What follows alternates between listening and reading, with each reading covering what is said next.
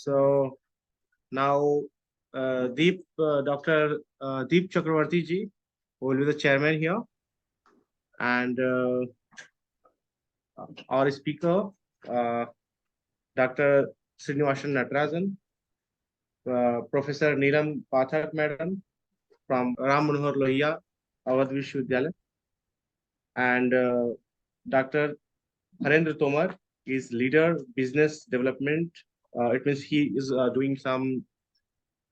Once again, he is one of the uh, businessman, I think. So, and now Natarajan sir is the first invited speaker here. So I'm going to introduce. I will succeed, sir. Okay, I'm just waiting. So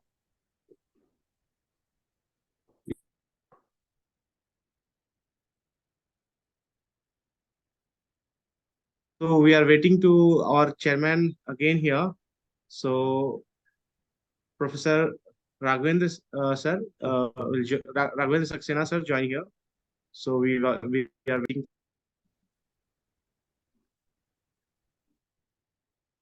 Should I admit everybody one by one? Somebody Yeah, asking yeah, me you are only. properly audible, sir. You are properly audible. Just No, to we should I? allow you for your presentation after the discussion with the chairman. So just wait, please. No, the requests are coming to me only to admit the people. No, actually, to the all the co-host, the request it is coming. So Okay, you then also can admit. We also are admitting, oh, sir. thank you. Sometime if I miss to admit, so please can someone help to? No, no, no. We are here, sir. No problem. Thanks, Dr. Deep Chakrabarti.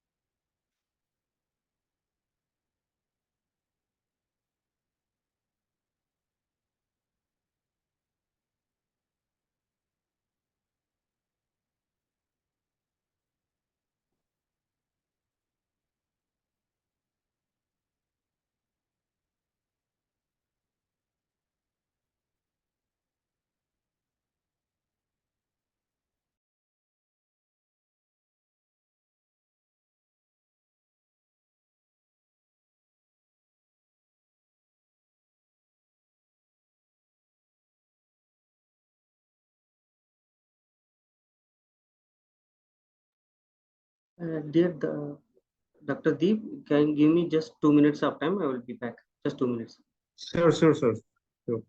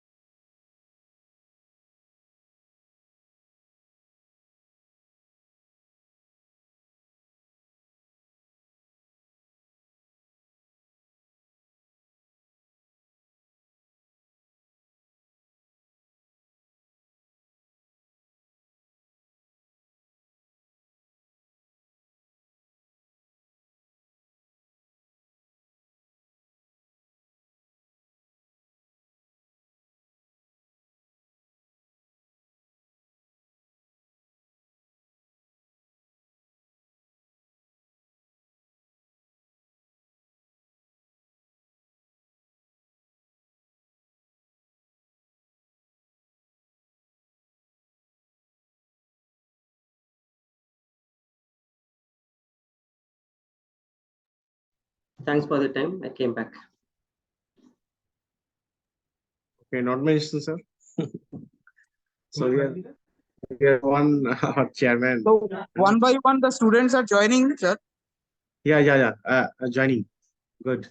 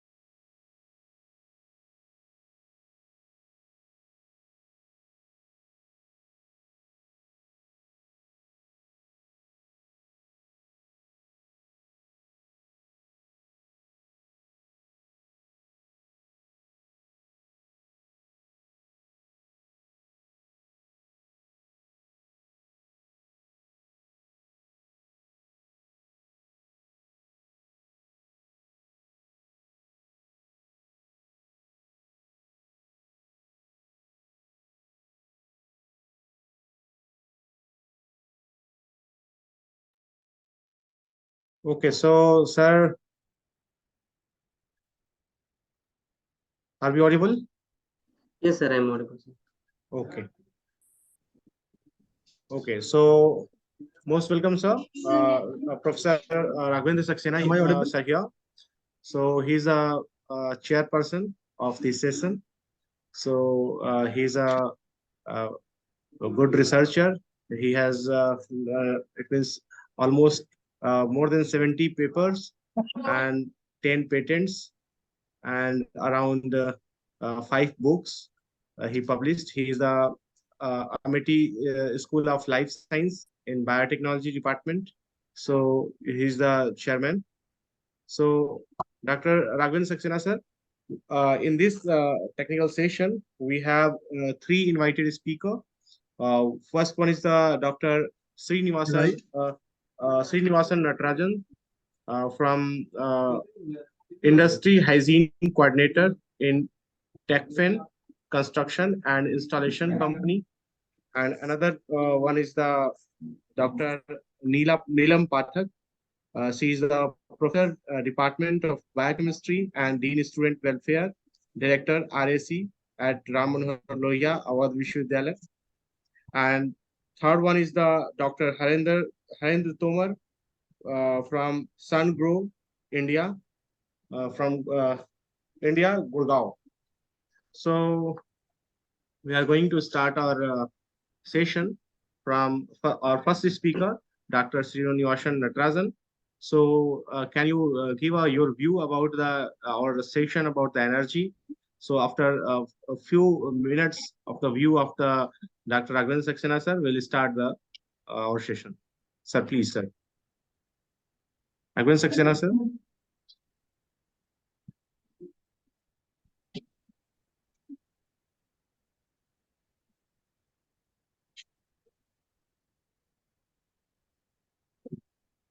Saxena sir, am I audible?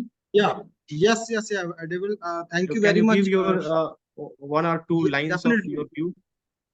Definitely. Thank you very much, Dr. Abhishek Bharadwaj, for giving me this opportunity to chair this session. I'm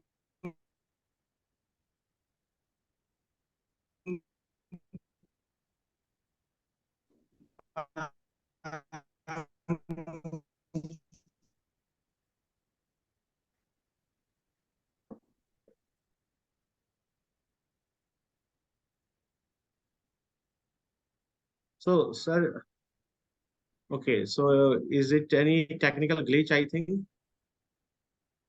Saxena, sir, are we audible to you? address in this hour. Definitely, I am overwhelmed welcoming all the invited speakers. I am also welcoming all those participants which has connected to this workshop and making this events very fruitful. I am also very thankful that the outcome of this workshop will definitely help us to come up certain kind of the conclusions that will help us to regain the energy sustainability and help to go in a longer way. Thank you very much. I would request Abhishek sir to kindly start the session with the uh, on our learned speakers. Thank you very much. Okay, Professor Saxena, sir, thank you very much for your kind introduction and sorry, and your view about the or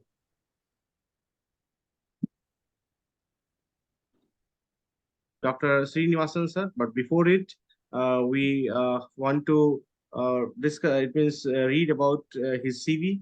So, Dr. Srinivasan Natarajan is currently working as an industrial hygiene coordinator in Messrs. TechFin Construction and Installation Company, Ras Laffan Industrial City, Qatar.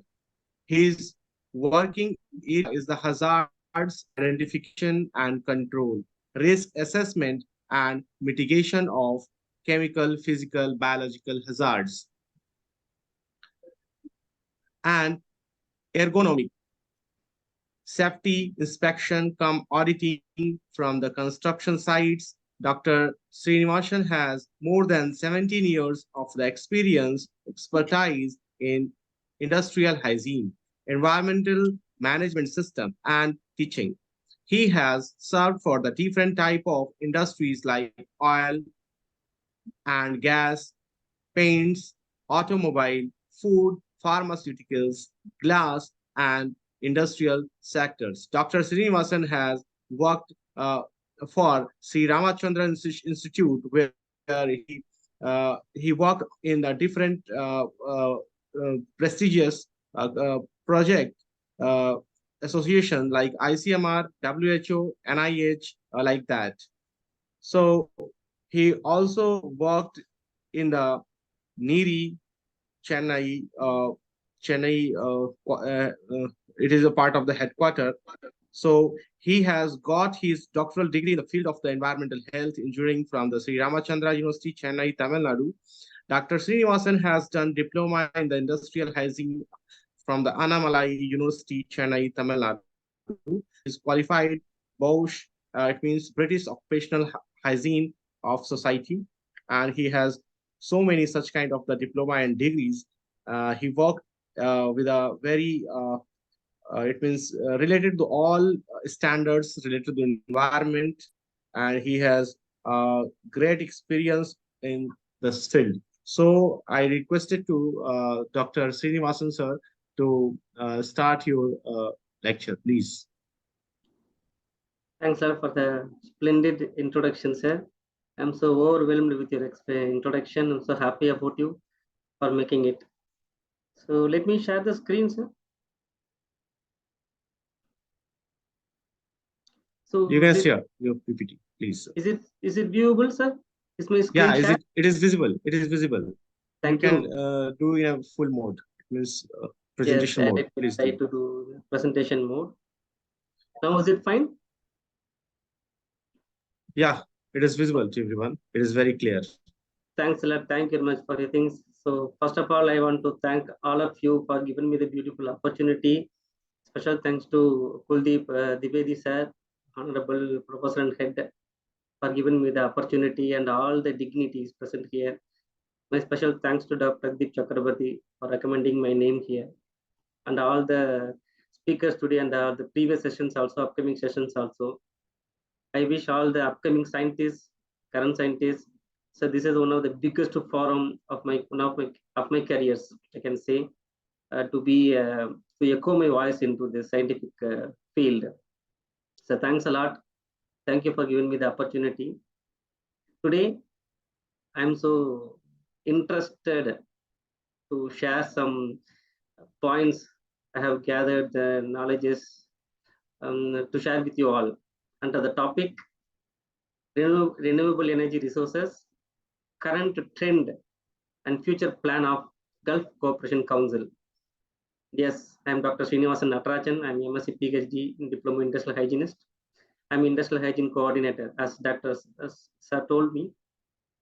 My background things, I am expertise in risk assessment, and I am working for a tech company. It is around employed with 5,000 people, and I am the only person anchoring industrial hygiene services, where my biggest role is to control the diseases, control the hazards, control the injuries, any bad things happens to them with respect to the health. If anything is missed, they have to approach health coordinator. My simple job is to make health coordinator jobless by making all the people, all the employee working to be healthy, make them healthy and all. So here we go. Gulf Cooperation Council, GCC, what is the level of renewable energy plan, ideologies, expectations around Gulf countries, GCC countries, Gulf Cooperation Council? Well, before we step into the subjective manner, we wanted to check or highlight what are these GCC countries, how many countries are there. Well, when we speak about GCC countries, it is located in the Middle East. Sometimes these countries are generally called as to be a Middle East countries. There are few countries joined together and form a council. And what are those countries? Kuwait, Qatar, UAE, United Arab Emirates, Oman, Saudi Arabia, and Bahrain. Are these only 6 countries formed the GCC? The question is, it was 7 countries initially.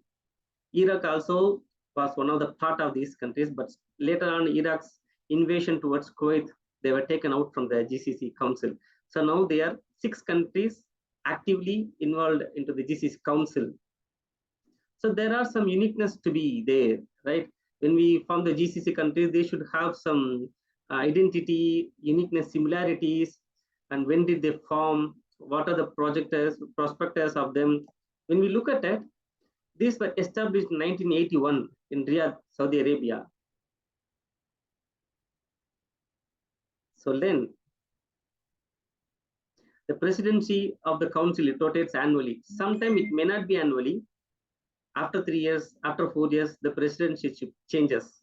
Sometimes the person from Saudi Arabia will be leading the things. Sometimes a person from UAE, they lead the things. Sometimes Kuwait, person from Kuwait. Just like that, if this time one person is stood from the Saudi Arabia, next time the chance should be given to the other country people.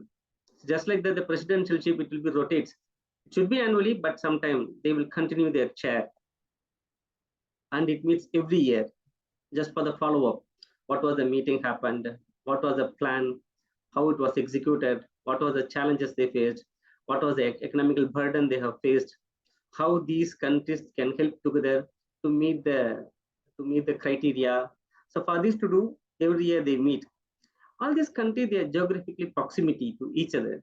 So as India, we say all the states are joined together and very clustered. When we outfocus and zoom outside, we saw it's India.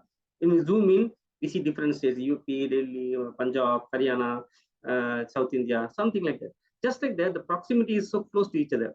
Within 1.5 hour, airway travel, you can reach another country. So they are close to each other. And language, they all speak Arabic as official languages. So they all together unite together with the language form also. The same culture and religious belief. They are so fond of their religious beliefs and the same cultures they follow. The same barda like activities for the males and the female also. They have the attire. They follow the same kind of attire and the religious components. Climate conditions, as sometime few minutes before I spoke to Dr. Sir about climatic conditions. Once it is a tropical country, when summer comes, it will be so hot. Sometimes it reaches to 48 or 50 degrees at rare scenarios. And sometimes they because of the dry air, the people may get bleeding into the nose also. That much dry air it will be. Sometimes when it comes to winter season, it's for just 3 or 4 months in a year, the winter will be there. But even though summer's influence will be minimal, the climate conditions are almost the same among these 6 GCC countries, and they are interested in developing the tourism. Their mindset is same. The mind focus is so similar between among all the 6 countries, and although the similarity in their mindset is related to the oil and gas export import also. They are so unique in doing their economical businesses with respect to oil and gases. And political system, all are there are monarchy system. King is the ruler, king, queen. This monarchy system they all follow. Except for Kuwait, it forms a constitutional monarchy, like a UK. There's a king, ruler is a king, but still they have the prime minister, president, chief. They have the democratic kind of some systems into them. So, but still, all are forming the monarchy system. So then they are much familiar with the import and export business. They are much familiar with import and export business. We can see from things that if someone comes from Middle East, we ask them for the chocolates. We ask them for the dry foods. That's dates. Give me the dates. Give me the chocolates. We ask for the scent kind of right freshness. So these products are much more familiar with these countries, but related to the merchandise, import and export merchandise. So GCC aims to increase the tourism. It was from the comparing the past scenario and the current scenario, it was 136.6% increase the tourism per decade. So that much of tourism they have increased, and so people from all over the world, they wanted to visit these Gulf countries only for the tourism purposes. Almost so many people, they are eager to visit to GCC countries for the job opportunities. But beyond job opportunity, so these countries, the people from around the world, they wanted to visit GCC for tourism also. They follow different weekend calendar, as Friday as the weekend. For us, it is in Indian people. For us, it is Friday, Saturday, and Sunday. Here they follow Friday as the weekend calendar. In so many Islamic countries, they follow weekend calendar. Like some of them, they follow Thursday and Friday. Some of them, they follow Friday, Saturday. But here, why specifically want to mention here is that so many people from rest of the world, they want to join GCC countries for the job opportunity. So when they are engaged into the job opportunity, the weekend calculates is from the Fridays, not other MENA countries. MENA countries, I will tell you what is that MENA countries in the upcoming slides. Other MENA countries also, they provide job opportunity, but proportion of job opportunity available in GCC is more compared to other countries. That's what the different weekend calendar is highly identified here. in this region compared to rest of the things. It is one among the job repository. Lots and lots of job opportunities available for these from these GCC countries. Just like say UAE, United Arab Emirates, is almost like a Western country, especially like Dubai. So they're highly strong in their tourism. They're highly famous for the highest buildings, so road traffic, road rules, everything. And the people who are living into the Dubai, they live like a luxurious life. Qatar is so friendly, the country, rest of the other countries. In fact, they are slowly getting the infrastructure development. They're inviting foreign persons to invest and to more into the country. The cost of economy is little cheaper than UAE. Oman is a place to save money because they put less taxes. So Oman people who are working in Oman, they can save little more, some amount of money. When it comes to Kuwait, it's the smallest nation, but still strong with their economy because this is one of the oldest country. They have found their oil resources prominently, and they have made a merchandise, started doing the merchandise with oil and gases, and now become very popular. Anybody speaks about GCC, the first thing comes to their mind is a Kuwait, oil and gas. So that much they have developed their businesses. So then Bahrain provides lots of hidden opportunities for the engineers, for the welders, for the doctors, public health nurses, but Chaiwala at least. So many people they are coming. They wanted to get into the GCC countries. They definitely will be good with the salary. Saudi Arabia, when people working in Saudi Arabia, the cost of economy is so simple. The thing is that some people are there. They casually tell me that, sir, I'm earning money in Saudi Arabia. I don't know how to spend that money.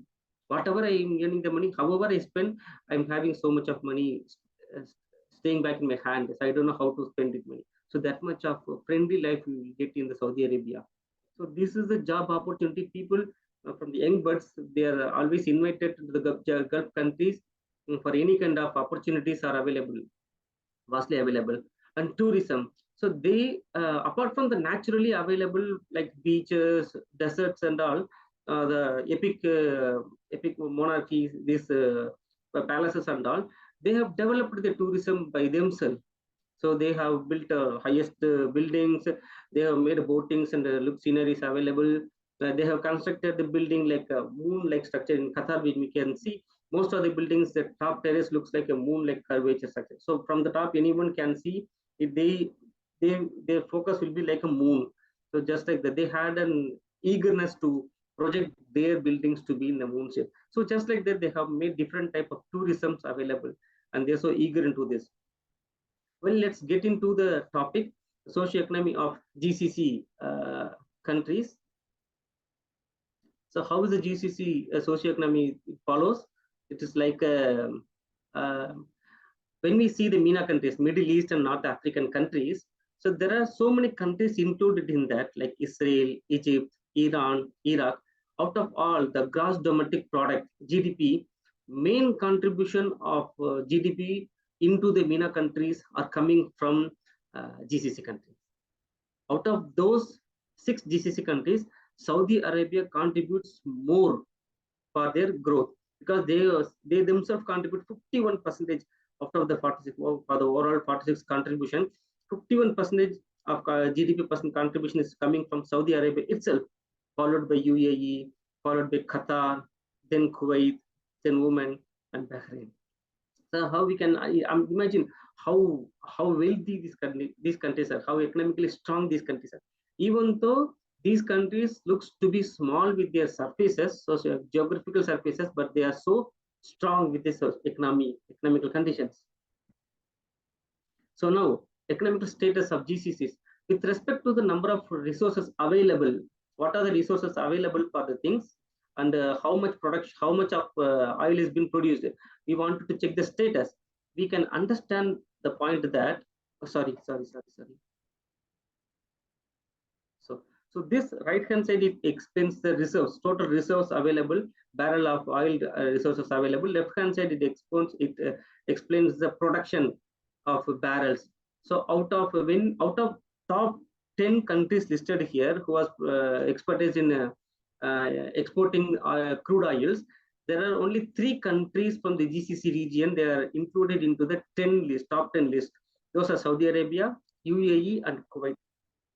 On Saudi Arabia, when we look at Saudi Arabia, they have 300 billion barrels reserves of oil. They have, out of that, they are making 10 million barrels per day. And when it comes to UAE, they have 100 billion barrels of resources they have. Out of that, they are making 4 million barrels per day of oil. The same way, Kuwait also, they are having 100 billion barrels resource they have for oil and gases, for oils, crude oil resource they have. Out of that, they are making around 3 million barrels per day. One day itself, they are making 3 million barrels. Imagine how much of oil they are making and exporting. Even it is 3 million barrels. When it comes to Saudi Arabia, it is 11 million barrels per day. So it's unimaginable quantity. So then this is related to the natural gases. Out of top 10 countries, it was Qatar and Saudi Arabia are the two countries from the list. There is some red color line into this. So there are two countries, Qatar and Saudi Arabia are the two countries included from the GCC. Out of these two countries, Qatar, they have around 30 trillion cubic meters of reserves they have for natural gas, and out of that they are making 100 billion cubic metrics of natural gases per day. And at the same time, reserves, when it comes to Saudi Arabia, they have 10 trillion cubic meters of reserves. Out of that, they're making 200 billion cubic meters of natural gases. So these many natural gases, still they have this much of resources available. And imagine for how many years they can execute this production of oil and gas, natural gases. Their stock will be still available. They can be wealthy even for so many years we can go.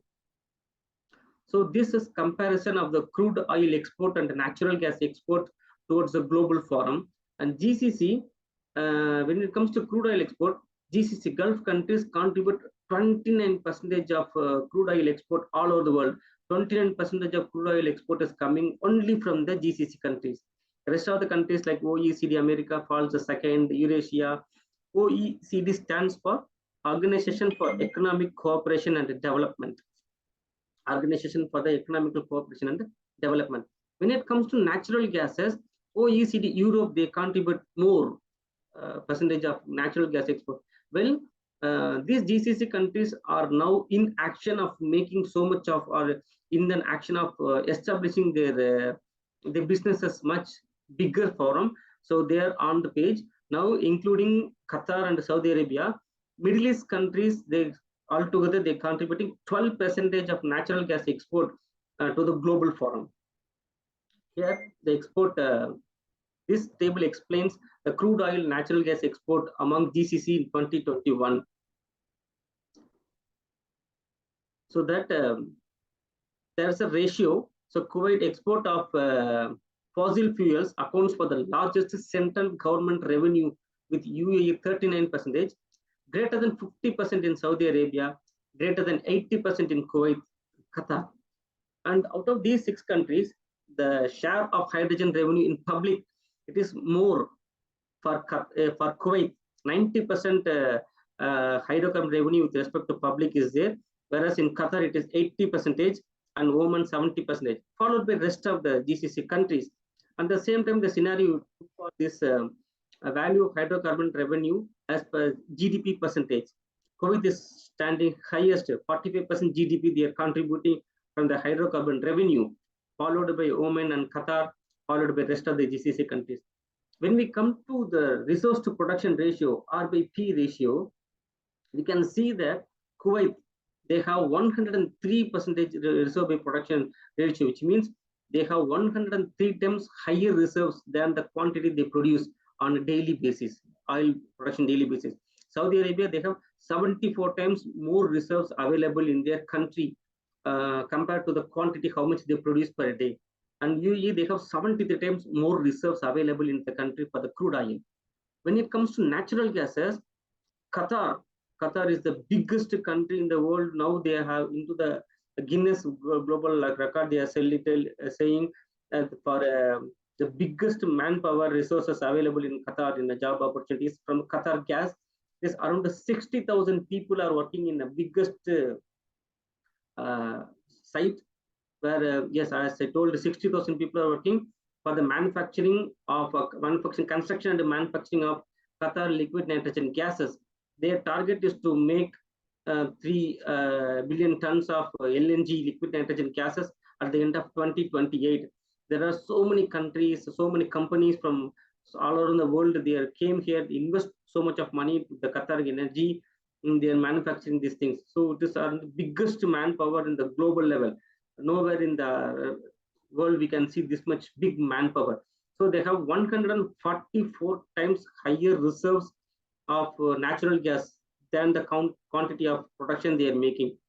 Followed by Kuwait, they have 113 times more reserves they have available for the natural gas compared to the quantity they produce. When it comes to UAE, so UAE, Oman, Qatar, and Kuwait, they have more than 100% of reserves quantity available. Whereas Saudi Arabia, it was 54 times more reserves available for the natural gas production. So these are the renewable energies. These are the basic renewable energies. We all know basically what are the types of renewable energies available, how it is. We simply can, if you want to understand simply, we can say Panchabhutas. In our Hinduistic belief or general belief, religious belief, we have Panchabhutas. These Panchabhutas are immortal. Whatever the yugas, Treta Yuga, Dwapara Yuga, Kali Yuga, whatever the yugas goes, these Panchabhutas are immortal. Even it goes yugas by yugas. Animals will decay, trees will decay, people will decay.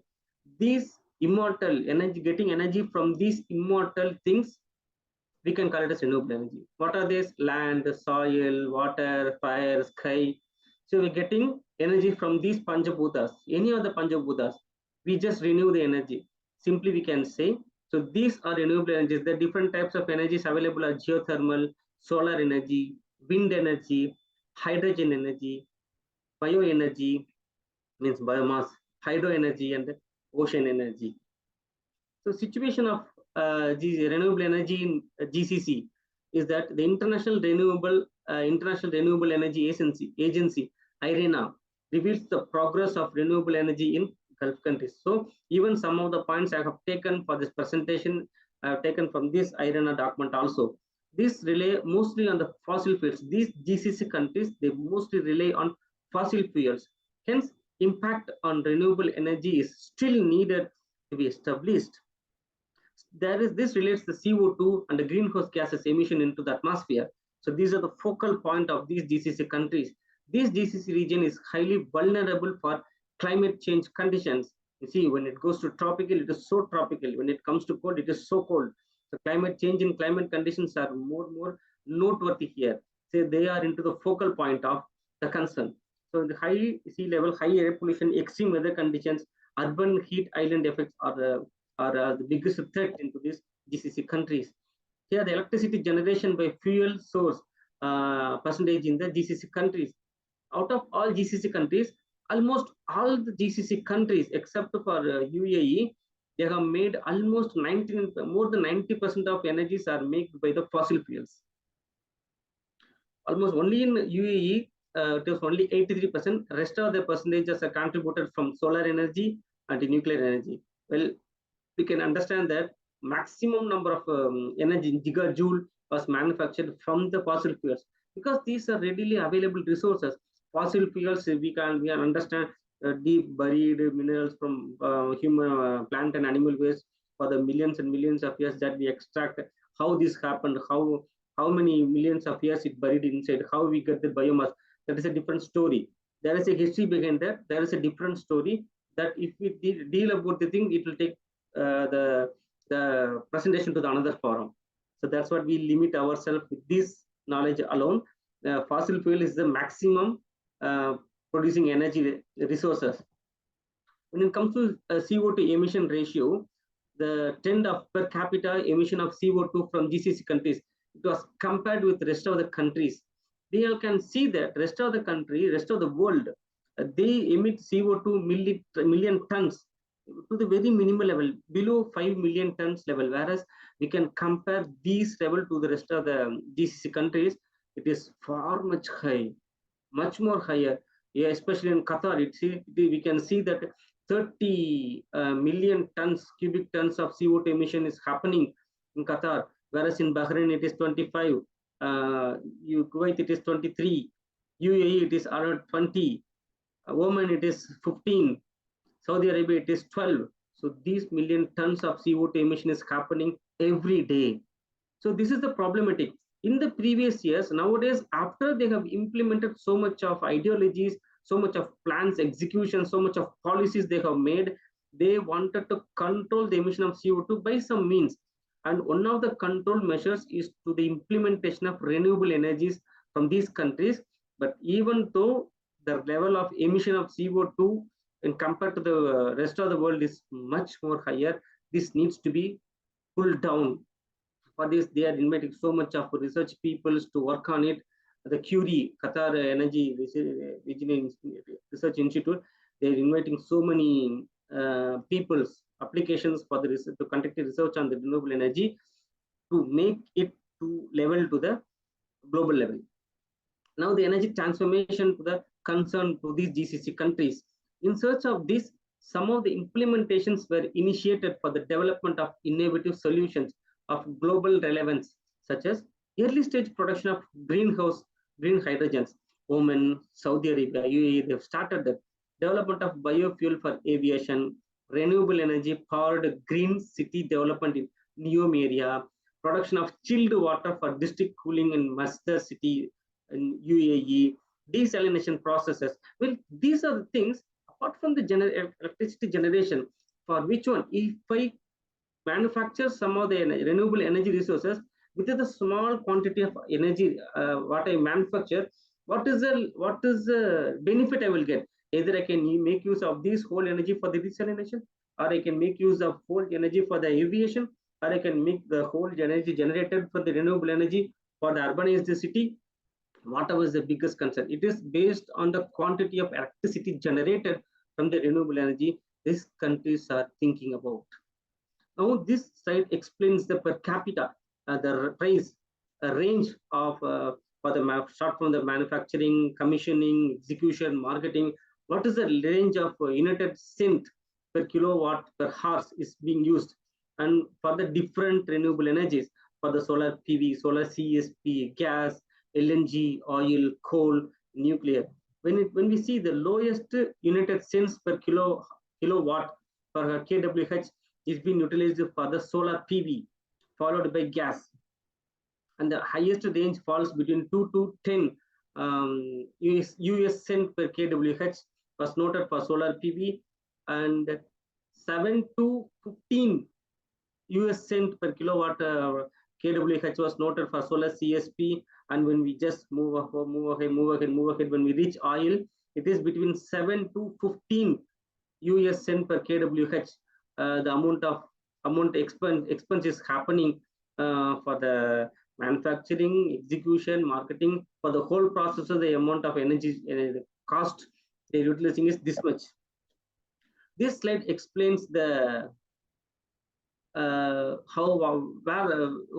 are using more electricity, means industry. Now, all the six countries are highly industrialized. More number of electricity are used in the industrial purposes, followed by transportation and residential purposes. Here we can see industrial is contributing, industrial is taking so much of energy from the government.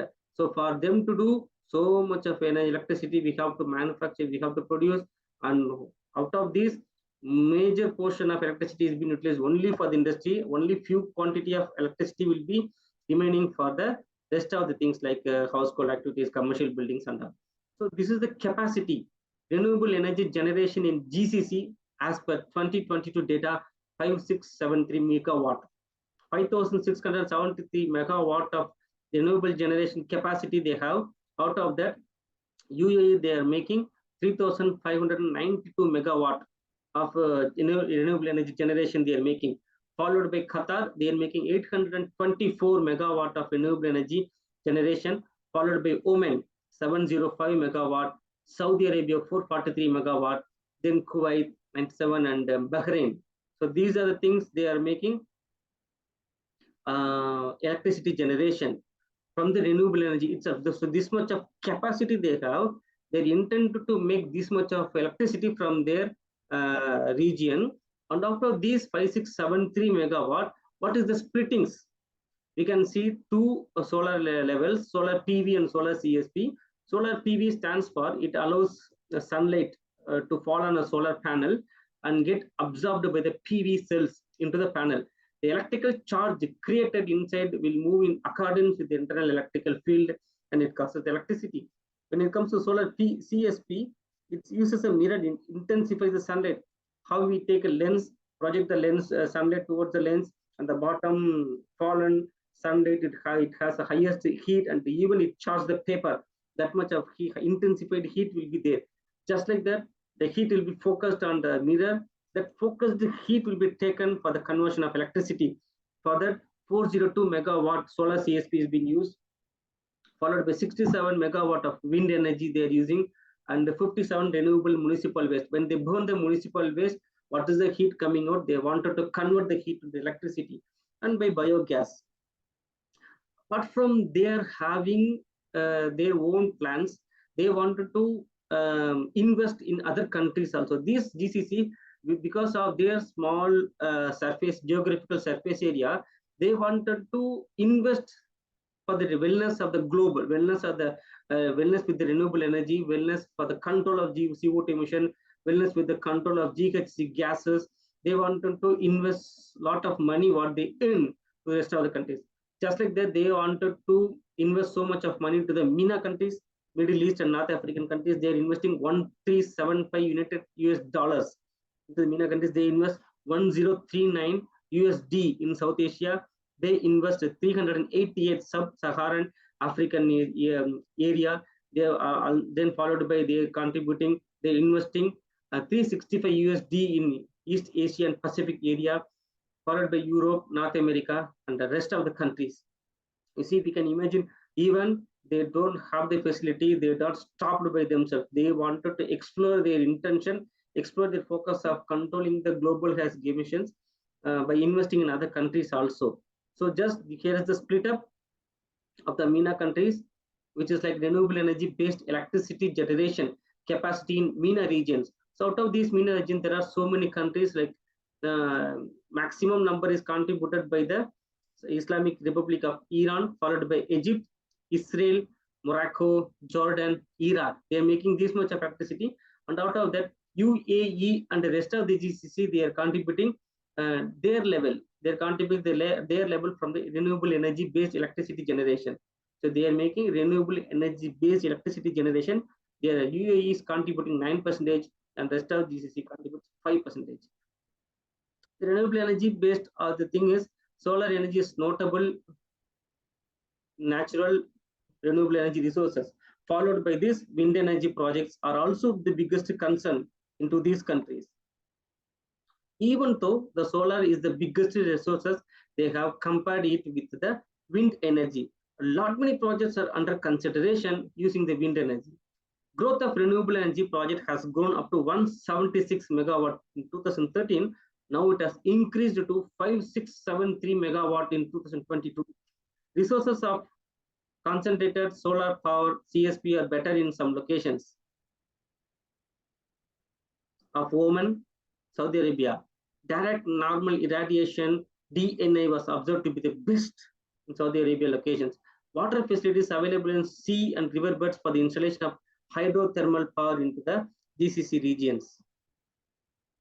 Installed renewable energy power capacity in megawatts GCC. So there are, you can see from the increasing order. First, Bahrain, they have installed renewable energy 12.4, which is more. Kuwait installed little more than them, and Saudi Arabia installed more than them, which is 443.1 installed renewable energy capacity. Oman, they have installed further more than them, 705.1 renewable energy power capacity. Qatar, they have installed 824.1 renewable energy capacity, whereas UAE, they have contributed more. They have installed more renewable energy capacity compared to rest of the GCC countries. And overall, we can see solar PV is the highest contributing factor, followed by solar CSP, then wind, then renewable energy. and very minimal quantity of biogases. And GCC countries, solar PV itself, it is contributing 5182 renewable energy power capacity they have. 402 renewable energy power capacity is noted only from solar CSP, and wind energy is from 67 megawatt capacity. And renewable energy investment by countries and technologies. So from 2013 to 2022, almost a decade time, we can see the continuous progression in the investment of renewable energies. Whereas in the recent past years, after the COVID period, there was a sudden decline was noted in the investment. But still in 2022, the investment in the renewable energy is notable with respect to UAE and Saudi Arabia, and rest of the countries also it is there. Whereas in this particular 2022, the highest contribution was noted for the solar PV and for the onshore wind. Whereas in previous years, some of the money investment was conducted for biomass also. But in the current past year, up to the recent data, it was noted that the contribution was happened for solar PV and onshore wind energy. The contributors majorly from UAE and Saudi Arabia. Energy outside electricity, energy usage outside electricity. Transportation like metros, trams, and buses. For the transportation, they are making so much of criteria, especially Dubai people. They wanted to implement almost 100% of their vehicles to be electrical vehicles, and they wanted to abruptly cut the emission of CO2 from the vehicular emissions. The public fund investment PFI, they wanted to make the electrical vehicles charging ports, installed EV by industry at Dubai. They wanted to give the incentives for the public charging vehicle people who are making it. Qatar plans to convert all the public transport to electricity by 2030. Deploy electrical vehicle charging units for personal use also. Future researchers are encouraged by the Qatar Environment and Energy Research Institute, QEERI, like our National Environmental Engineering Research Institute. Here they call it as Qatar Environment and Energy Research Institute. So many younger, but even from our side, even from so many people, and Amity University are there, are interested in focus towards renewable energy researchers. They are very easily approach this QRI to enhance their researchers, to enhance the focus towards reduction of CO2 emission. And our honorable scientists, so many people were interested. We are invited to do much more researches into this forum on checking the commercial battery systems and its life under heat, high heat and dusty conditions. What is the criteria, how to control the emission of CO2, and how to enhance the usage of these electric vehicles with respect to high heat condition, high dusty conditions and all. So water desalination using as a CSP for thermal desalination is also a biggest concern and the focal point towards the usage of electricity.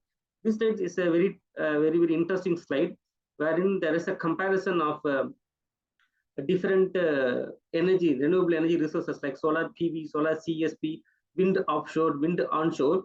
For each category, what was the levelized cost of electricity generation, how the condition was when compared the production cost of solar PV when compared to biomass in 2010, how it was, and 2022, how it was. And we compare that, it was around 713 times reduction in the amount of cost of electricity is noted in solar PV itself. And there is an 8 times, more than 8 times reduction in the cost, levelized cost of electricity generation was noted between 2010 and 2022 for solar CSP. It was 15 times reduction, and it was 147 times reduction in the cost, levelized cost of electricity of 2020 compared to 2010 to 2022 was noted from the wind onshore area. So we can imagine how wellness, how enhancement of the technology, how enhancement of the strategy, how enhancement of the policy makes the cost of production of electricity from solar CSP is almost equal or even cheaper than the fossil fuels.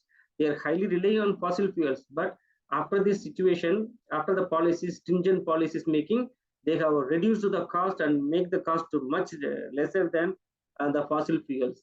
Now, what are the projects available? And out of these 6 countries, we have noted that we can note from the table at the bottom, UAE, they have overall 9 projects and 7 has been commissioned already for the solar parks auctioned. They wanted to implement the solar parks. They wanted to get auction from the rest of the countries, and so many countries they are in queue to initiate to invest into these countries. Just like that, one panel was already awarded, 7 was commissioned already, and one not yet awarded. It is the progression going on about UAE, followed by Saudi Arabia. It was overall 7 projects, and Oman it was 4 projects. Out of the 2 has been awarded, and 2 is in under commissioning basis, which means the progress is done. They are now making the commissioning. The execution is done. They want to progressing. They want to checking the how it is working on. So in the commissioning mode it is, and 3 projects are overall from the Bahrain. So you can imagine this, how interested other countries are to invest into these Middle East countries for the solar, for the investment of renewable energy.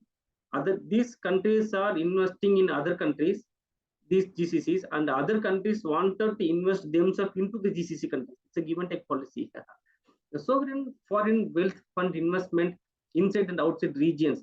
So rest of the countries, they wanted to invest into these countries. As we have seen, it was, we can see that 53 million from the Oman. If we can see 53 million United States dollar has been invested by US for the project development and operation. 20 million USD has been invested by Netherlands in Qatar, and so much of Turkey companies also has been invested into the Qatar for the project development operation. 3.6 billion USD has been invested by United States in the for the project development operation and manufacturing process in Saudi Arabia. Saudi Aramco, it's the biggest world biggest project, as we can see. And the UAE, 2.7 billion USD has been invested by India. Proudly to say India and UAE for the project development and the R&D purposes. When it comes to India, it is for the R&D purposes. Research projects are being well noted, well encouraged, well motivated. So we still have a much more chances to expand our focal towards the renewable energy researches. So here comes the solar resources in GCC. So what is the level of solar panels they have? So when we can see that almost all the GCC countries, Saudi Arabia, Kuwait, UAE, Qatar, Oman, is all the countries, their annual kilowatt per hour meter square is between 2,550 to 2,150. So these solar resources they have available. After these solar resources, the quantity, how much they produce, that we have seen in the previous slides. Out of these wind resources available, almost all the GCC countries, they have wind resources, 6.5 to 7.5 meters per second wind speed resources are available. So with this wind speed, if we install some wind energy packages into these things, so the energy fan circulation will be more. We can get more wind speed, wind energy will be attained. So here, most suitable area for utility scale solar PV is that most of the capacity has been utilized by all the GCC countries. What are all the solar capacity available, and all the things they have been properly utilized. For the wind energy also, what are the energies they are available? Almost 60 to 75% of wind energy capacity they are properly utilized. But still, few portions like 30 to 35% of wind energy they are about to utilize. For that, they are seeking investment from the other countries. Here comes the hydrogen energy resources. So for net zero strategy, national hydrogen strategy, hydrogen policy regulations, they were checked for individual GCC countries, and it was noted that Oman, Saudi Arabia, and UAE, they have net zero strategy already existing strategy or policy. Whereas in when it comes to Oman and UAE, the national hydrogen strategy has been already established and implemented. Saudi Arabia, it is under development. When hydrogen policy and regulations commonly for the GCC countries. When it comes to national hydrogen strategy, what is the national level hydrogen strategy for Oman? What is the national hydrogen strategy for Saudi Arabia?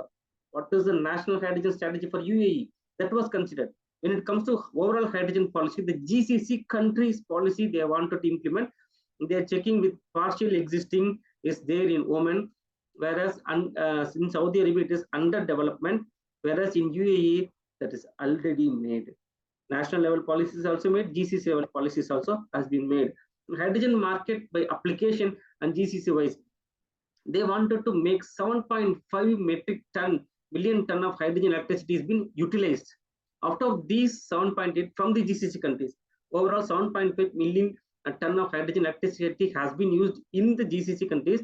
Out of that, 3.6 has been used for the refining and petroleum chemicals, 2.6 million ton for the ammonia, 1.1 million ton from the methanol, 0.5 million ton for the iron and steel processes.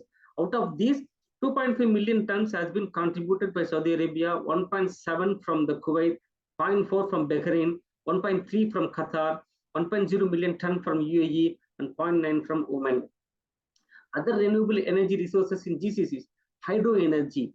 Well, the establishment of this hydrogen energy needs so much of money, so much of energy they needed.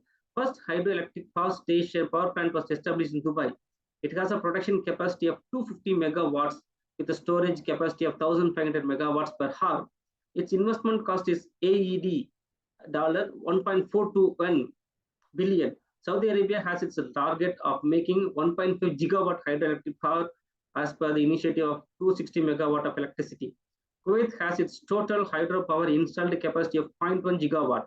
Bahrain has a plan to execute the hydroelectric at the existing water treatment facilities.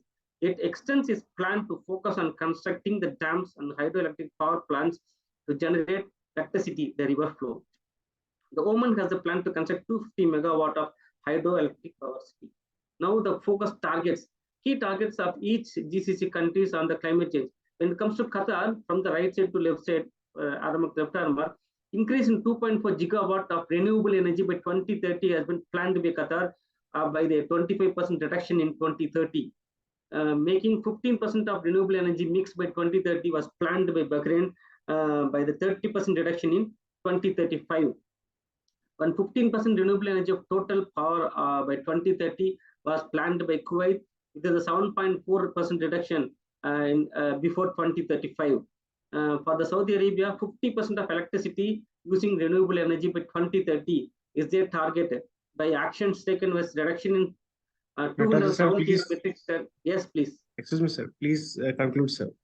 Yes, I am coming to the conclusion. Within 2 slides, it will be over. Yes. Then UAE, the same thing, the strategy for Oman also, the strategy is just follow for the reduction of 7% to 19%. Here comes the global strategy. Bahrain's economical vision is to 2030. Kuwait's vision is on 2035. Oman's vision is on 2040. Qatar's vision is on 2030. Saudi Arabia's vision is on 2030. UAE strategy is on 2050. There are some challenges for the enhancement of renewable energy. Very few has been listed here. Smaller land space, yes, they have small land space for the construction and execution of renewable energy. Direct normal irradiation, DNA and optimal CSP is affected by the humidity and the high dust factors. Reluctant of banks to provide loans, extended paybacks is also a challenge. Impact on natural environmental, contemplating the ecological effect caused with a whole while constructing a dam is the biggest challenges. These are few references I have referred to make this presentation slides. Thank you for your patience. So, dear sir, thank you for your insightful lecture. So this is important for our audience. So I request to the participants, if you have any question, please ask. This is the question hour, please.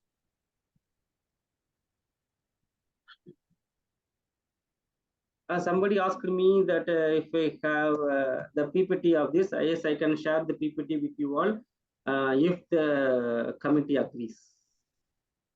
Okay, so Gaurav Kumar Singh. So we'll try if is it if agree by the speaker, then we'll see.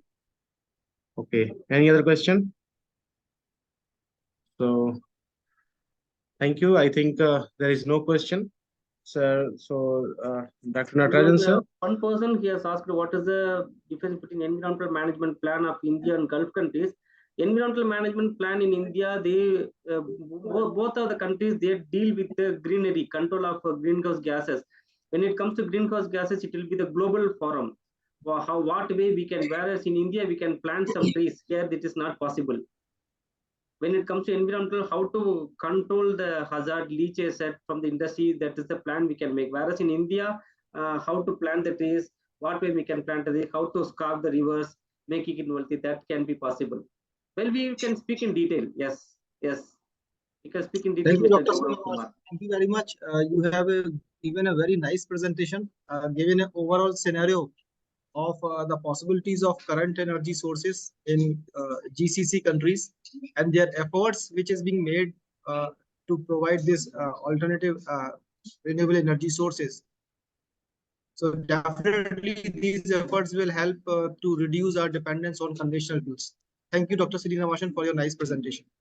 Thank you, sir. Thanks for the opportunity. Thank you. Okay, all. thank you, sir. So we have our next speaker. Ma'am, are you here? Professor Neelam Pathak, ma'am? Yeah, I am here. Okay, okay, ma'am. Okay. So before the starting of our another technical session, another lecture, we like to introduce Professor Neelam Pathak, ma'am. So here our chairman, Dr. Raghvendra Saxena, sir, from AIB, Amity University, Gwalior, and Dr. Deep Chakravarti, he's a co-chairman, ma'am. And now I'm going to read your CV. So Professor Neelam Pathak, ma'am, is a professor, Department of Biochemistry and Dean Students Welfare, Director, RAC at Ram Manohar Lohia, Awadh Vishwavidyalaya, Awadh University, Faizabad. She has a vast experience in the field of research by working at DST Young Scientist Department, Biochemistry, Lucknow University, as Faculty Research Associate at University of Maryland, USA, and as Research Associate, the CSIR at NBRI, Lucknow.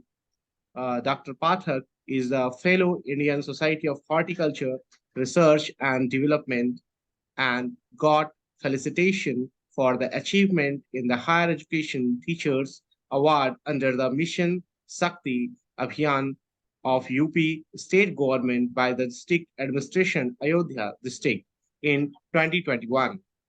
She received the Mission Shakti Award by district administration Ayodhya in 2020. Eminent Scientist Award by Samagra Vikas Welfare Society in 2018. Dr. Pathak got award to authors of excellence paper in interdisciplinary science, computational life science, international online survey carried out by IASIA in 2017. She was also awarded with the Young Scientist Fast Tech Scheme by the DST Government of India. Dr. Pathak got Best Research Paper of 2003 from the Alumni Association of the Department of Biochemistry, Lucknow University. She won first prize poster presentation, second SCAMB Department Biochemistry, Lucknow University, Lucknow 2000, and awarded Research Council for the Scientific and Industrial Research, India, in April 1998. Dr. Pathak was awarded Vice Chancellor Gold Medal Award, obtaining highest OGPA in biochemistry at MSc examination. She has published 91 research paper, one book, and several book chapters. So after the her very great CV, so I request to Professor Neelam Pathak, ma'am, to please most welcome, and you can Yeah. start your lecture, please, ma'am. Yes. What happens to my slide? I am just Okay, no issue, ma'am. We'll solve this problem. yeah. Okay, Yeah. okay, just hold on. Okay, no issue, ma'am. Please continue.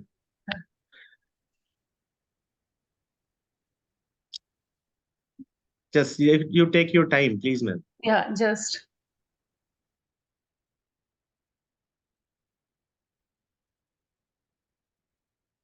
I don't know what's happened. I have made a lot of thing over here and nothing is showing. Okay, no issue. You can go, I think, in a have open folder, na?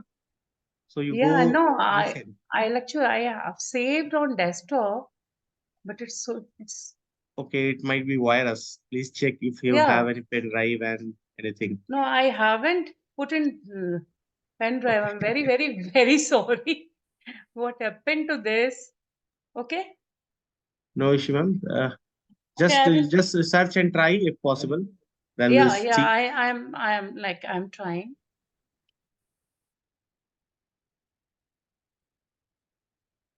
Just hold on. I'm going to restart my computer. Maybe it's something. Sure, ma'am. Yeah, Please. I will join. Sorry for this technology glitches. Technical glitch. So no issue. Yeah.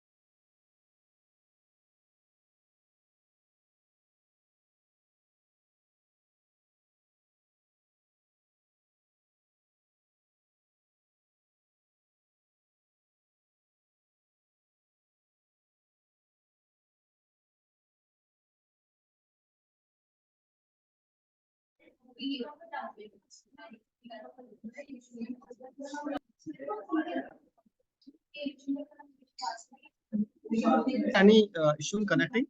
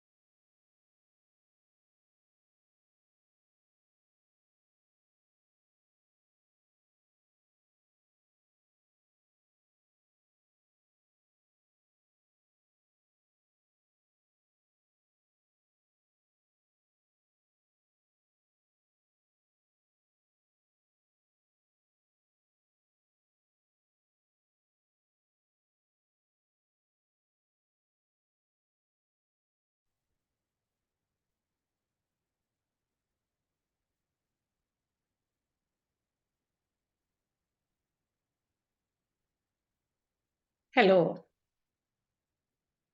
Hello. Yes, ma'am. Yes, you Now are I am audible now. audible. Yeah, Yes, now I am audible. Yes, Yeah. ma'am. You are audible now. And my like presentation is here. Yeah. I'll be able to see. Yes. I'll be able to Okay. see your presentation. Okay, just I'm going to put it in presentation Okay. mode. Yeah.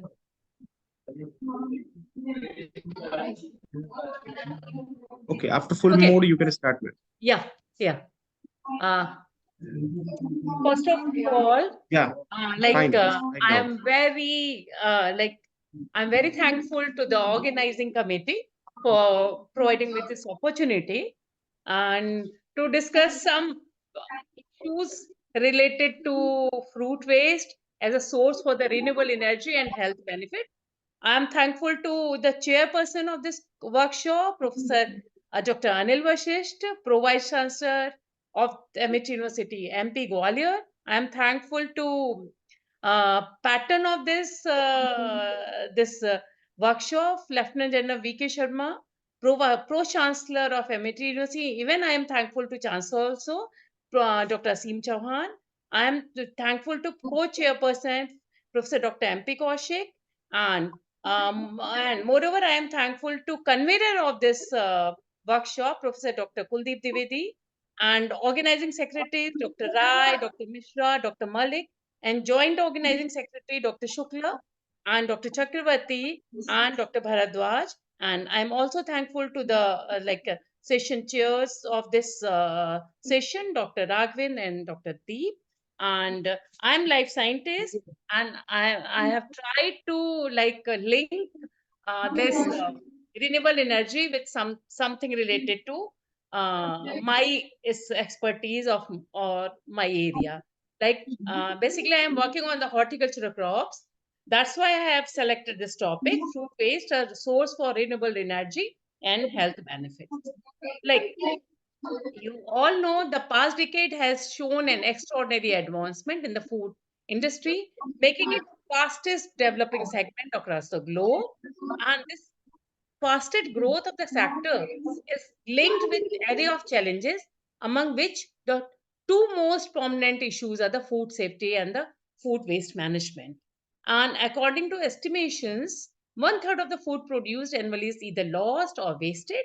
As per FAO, this accounts for a minimum of 1.6 billion tons and is estimated to release a carbon footprint equaling 3.3 billion tons of the CO2.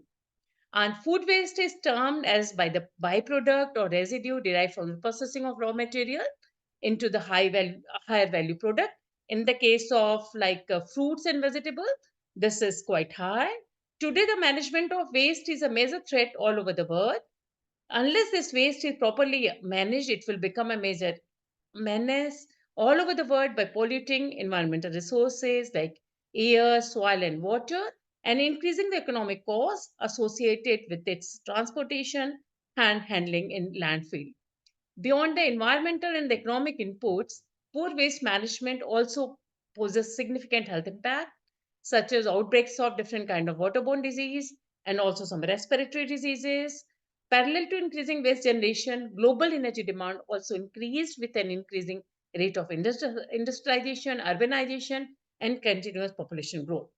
According to International Renewable Energy Agency, approximately 1 billion people worldwide are currently without energy, and demand is expected to increase by more than 50% by 2050. In this regard, various green technologies, which Dr. Natarajan was shared before this talk, that help to reduce the cost of waste management and renewable energy and value-added product this fruit waste are also very important for the value-added product like bioactive compound, enzymes, minerals. This have been emerged. At the global level, a huge amount of waste is generated from the food processing, and the amount of generation varies from country to country. A study conducted in our country, it reported that the food processing industry generate about 5.6 million tons of waste annually at the producer and trader level due to poor handling, storage, transportation system, and management. Like we can utilize this fruit waste in the agriculture. Like we can utilize this for the animal feed. We can also utilize for biofertilizer and for the compost preparation, and we can also convert this to value-added product like energy sources, like biogas, biodiesel, bioethanol, and biobricate, and also value-added compounds like enzymes, syngas, and biopolymer. And we also extract some valuable products from this, like pectins, polyphenols, dietary fibers, cosmetics, pharmaceuticals, application in food and health sectors. And we can also extract some carotenoid from this waste product, fruit waste, and we can also extract essential oil from this. So I have divided like the stock into two parts. One is the one is for valorize fruit waste and byproduct and valorization into the biofuel, and the ways with some value added product which provides some health benefit. First, I will discuss fruit waste and byproduct valorization into biofuels, like fruit processing waste and byproducts. Like we all know, peels, seeds, pulp, and other part of the fruits are the waste which had been discarded for many decades without understanding their benefits, are now becoming a potential feedstock and are converted into diverse type of biofuel using various biochemical and thermochemical techniques. These biomass resources comprise different chemical composition which can be converted into other value-added products that have human health benefit. Fruit waste are rich in phytochemical, even they are rich in the edible part, which like the part which we consume. But the waste is are rich in phytochemicals, antioxidant, dietary fiber, sugar, vitamins, and minerals that are used as an ingredient and natural colorant in the food processing industry and biofuel production. Biofuels are fuels derived from biomass resources. They have a low carbon footprint and are recognized as a key element of an awaited sustainable energy system. Waste and byproducts from fruit processing units have recently emerged as a promising feedstock for various biofuel productions because they are inexpensive, biodegradable, less toxic, and abundantly available renewable resources.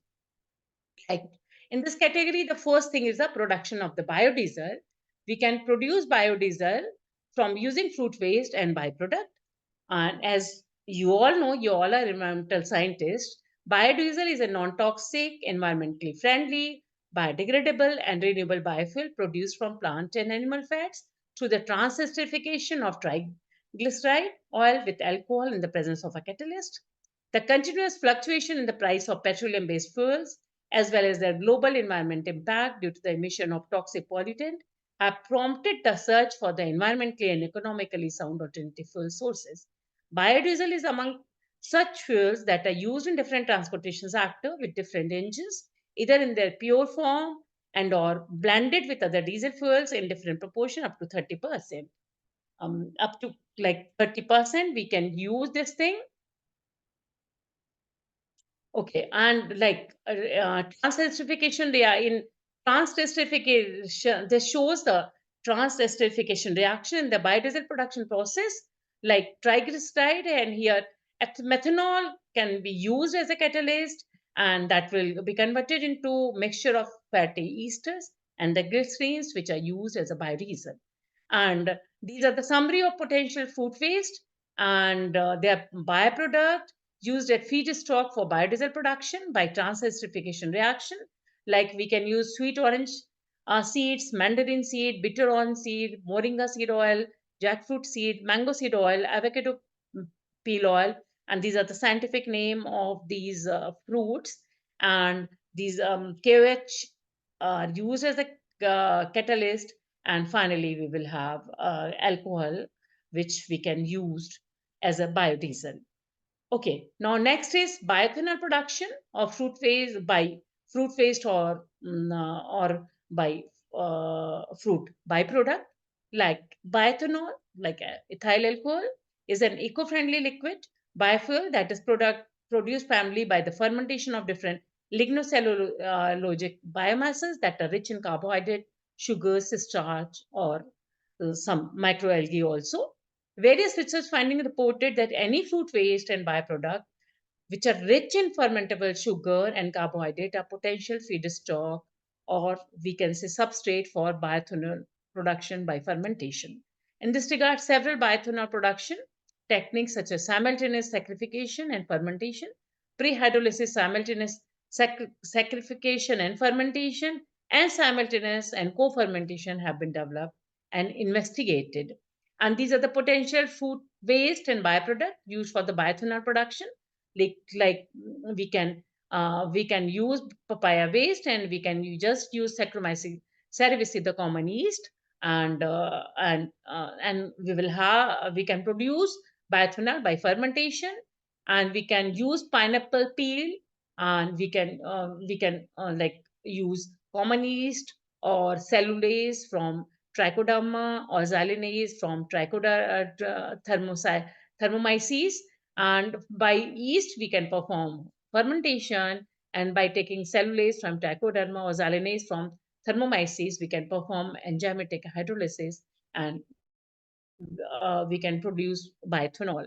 And the orange, we can also use the orange waste, and which are produced by that we can say juice industry. A lot of orange waste have been produced, and by using common yeast Saccharomyces cerevisiae, and by doing fermentation we will have bioethanol. Same with apple pomace, and same with banana waste. And we can uh, also also use common yeast, and we can perform fermentation and hydrolysis, and we can also simply perform fermentation, and we will have lot of ethanol. And we can also treat this thing with cellulase isolate from trichoderma or xylanase enzyme, xylanase from thermomyces, and this cellulase and xylanase we are going to perform enzymatic hydrolysis. And and beside these, number of fruit waste have been used for their bioethanol production, and they have lot of potential, and most of the finding concluded that they are potential candidate, but even the yield varies, or yield from fruit to.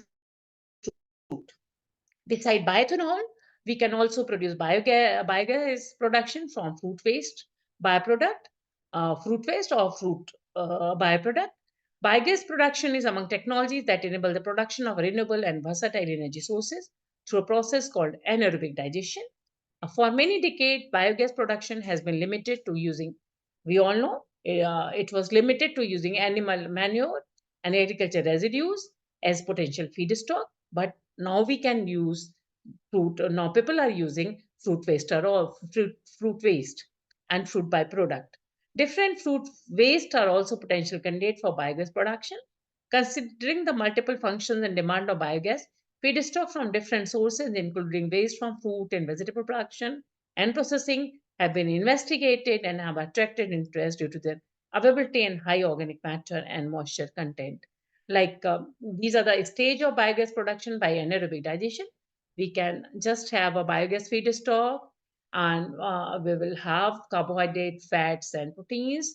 And by hydrolytic bacteria, carbohydrate will be converted into simple sugar, fat will be converted into fatty acid by and protein into amino acid, and thereafter acidogenesis will be performed by acidogenic bacteria, and that will be converted into carbon acid and alcohol, or H2CO2 and ammonia.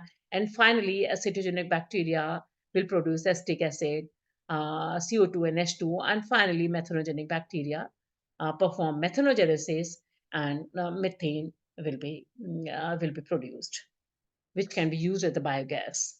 Okay, and these are the examples. Like biogas yield from different waste, fruit waste, and their byproduct.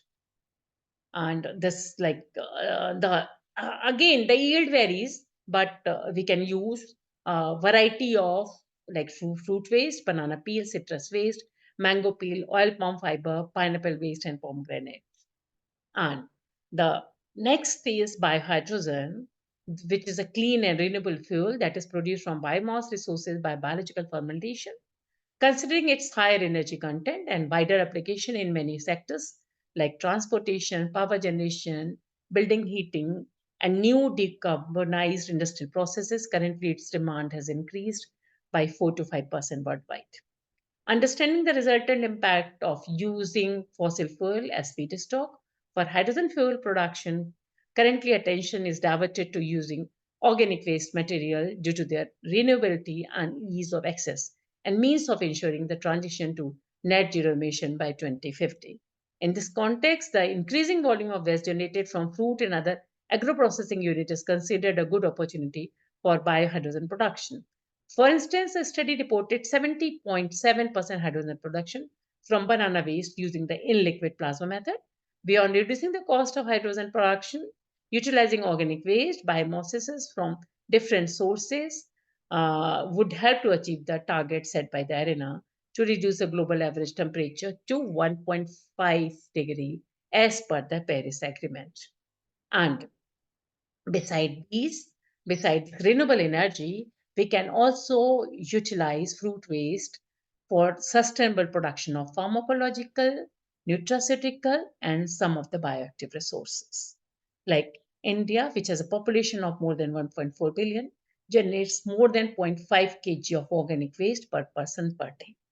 By separating high value compounds like proteins, fibers, phytochemicals, flavor compounds, and polysaccharides, which can then be employed as functional ingredient and nutraceutical, this prevention can be achieved. There have been several initiatives in recent years to create strategies for therapeutically utilizing food, like vegetable and fruit waste. The agro-industrial waste is, however, utilized in huge quantities in the form of animal feed or fertilizer.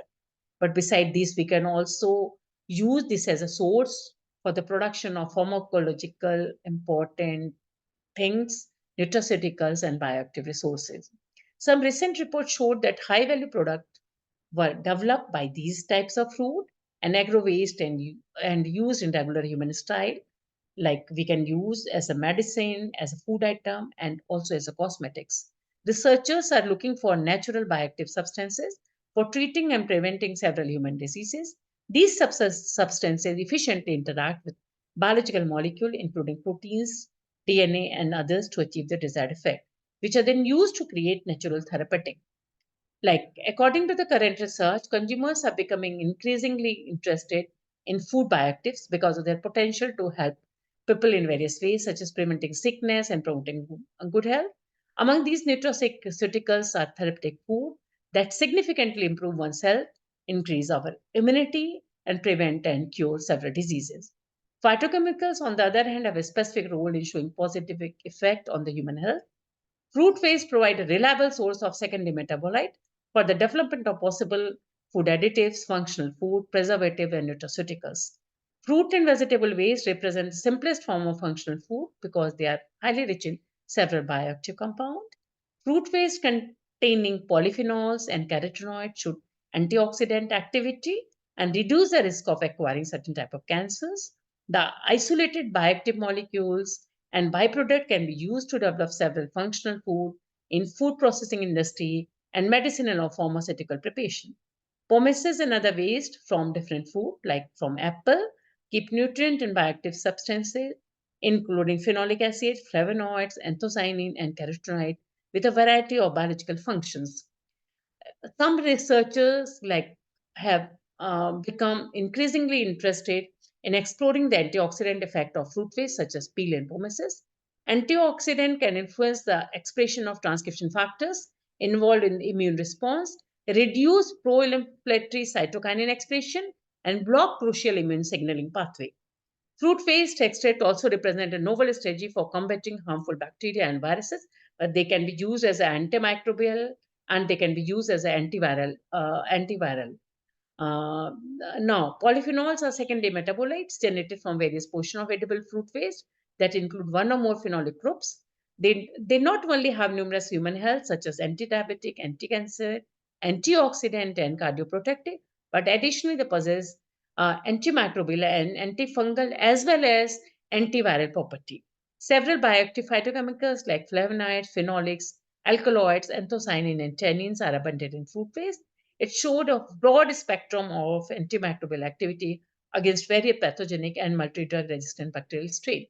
Like fruit, fruit waste, like fruit pulp, peel, and pomace, we can perform extraction, isolation, and identification of secondary metabolites and several antioxidant-rich polyphenols, flavonoid compound, fiber-rich dietary compound like galactolignosaccharide, lactulose, inulin, which showed for which enhances the growth of probiotic organism, and that then those probiotic organism, they perform pharmacological and biological activities, and we can just target the gene expression.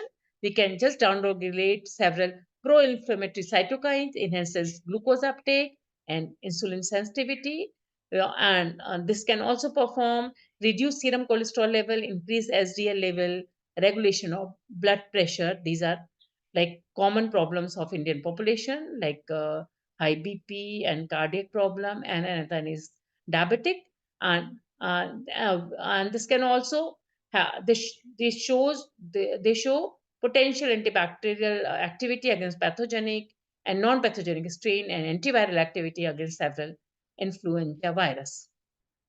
And these fruit waste, it could be mango peel, it could be citrus peel, pineapple, apple pomace, grape pomace, pear pomace, banana peel, pomegranate peel. They are sources of antioxidant. They are sources of secondary metabolite, and they function as anti-inflammatory agent. They like able to manage the insulin resistance. They are able to manage the cardiovascular diseases. They are able to manage the blood lipid profile, and they have antimicrobial property as well as antiviral property with a full of uh, lots of health benefit.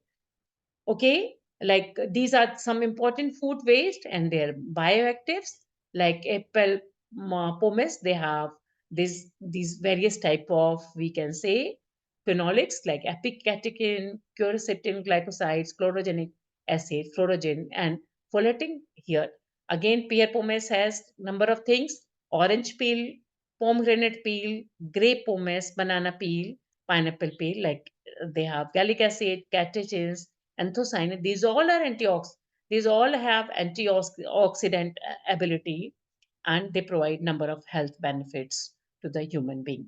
And like these, they also have antimicrobial properties of like number of researchers, they have identified like bioactive compound in apple pomace, and which shows antimicrobial property against Pseudomonas aeruginosa, E. coli, and number of other pathogenic bacteria. The same story with the hydroethanolic extract of apple pomace, which has polyphenolic bioactive compound, which shows antibacterial against Pseudomonas agnus and Pseudomonas mirabilis, and same with grape shells, which have polyphenols, and that hydromethanolic extract of skin and seed of grape have flavonoid, anthocyanin, and proanthocyanins.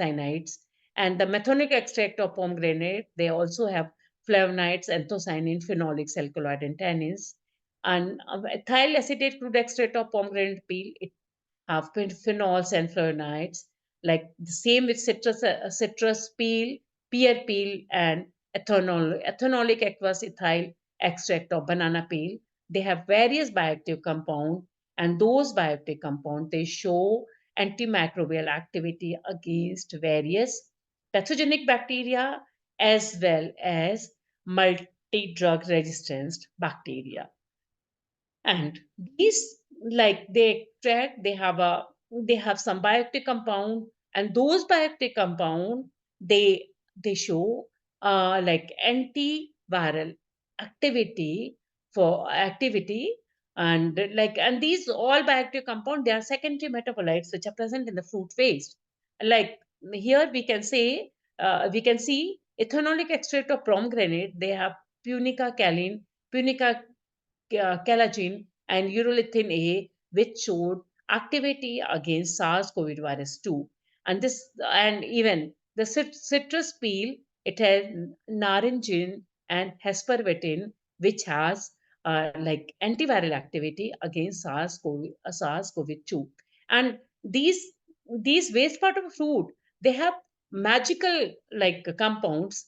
They have magical they have secondary metabolites which showed as a antiviral activity. Now, like what is the action of like mode of action of these antiviral properties? The the secondary metabolites are extracted from edible fruit waste, and these secondary metabolites like procyanidin B2 and quercetin extracted from apple and grape waste can inhibit the entry and replication of herpes virus and hepatitis A and C virus.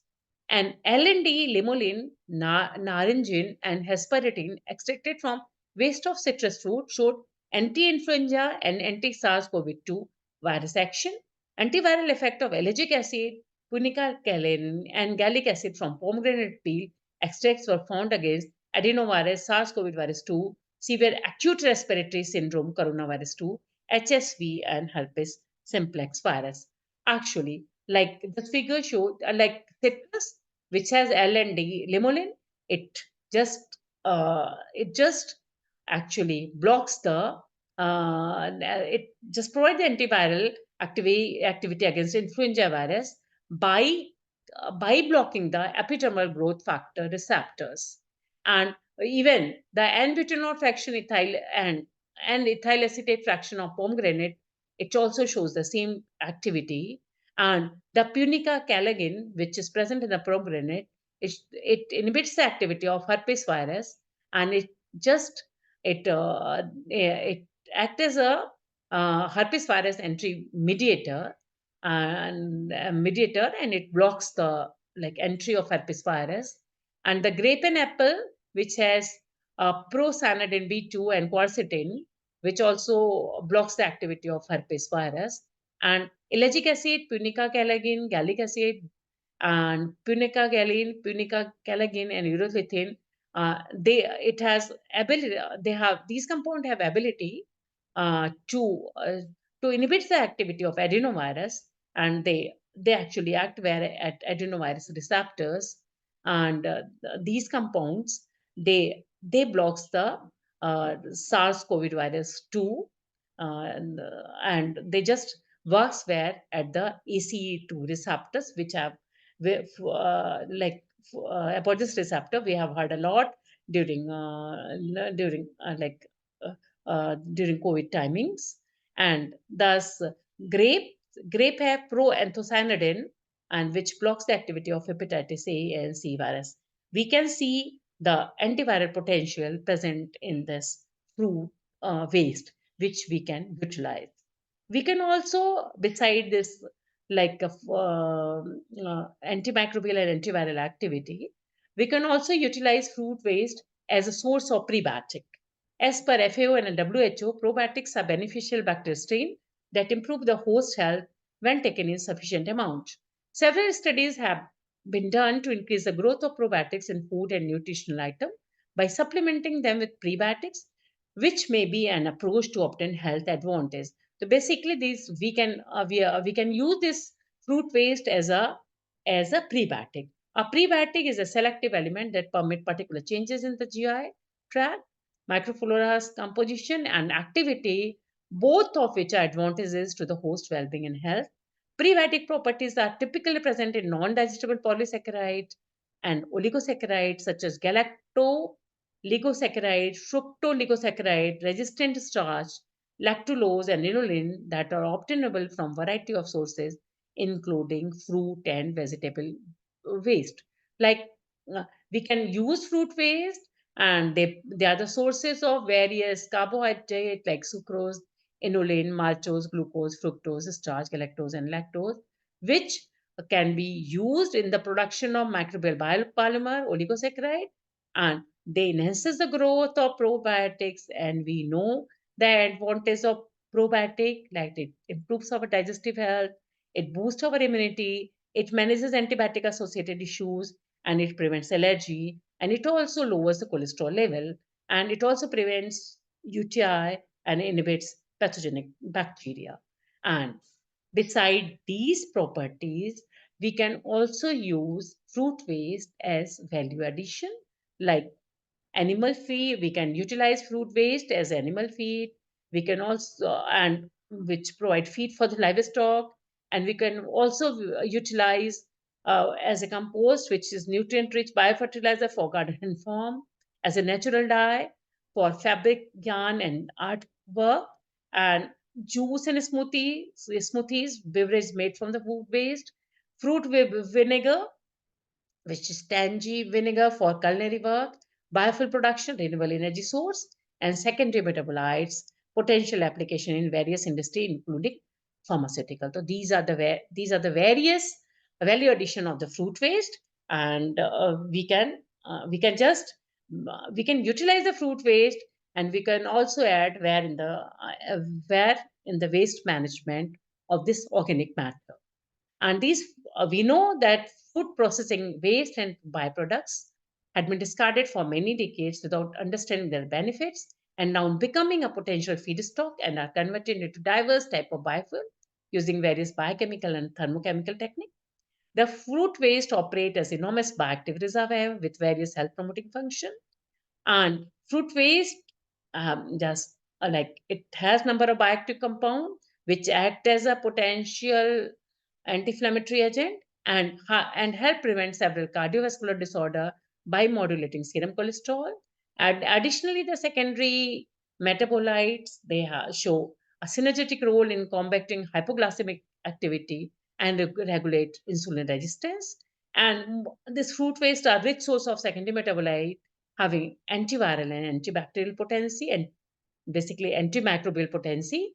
These fruit waste contain galacto-oligosaccharide, fructo-oligosaccharide in rich fraction regarded as a prebiotic that promote growth of probiotic conservator of human gut and hence provide various health benefits. Value addition of various fruit waste into various product like food, animal feed, energy generation, and medicine production can be done for the human welfare.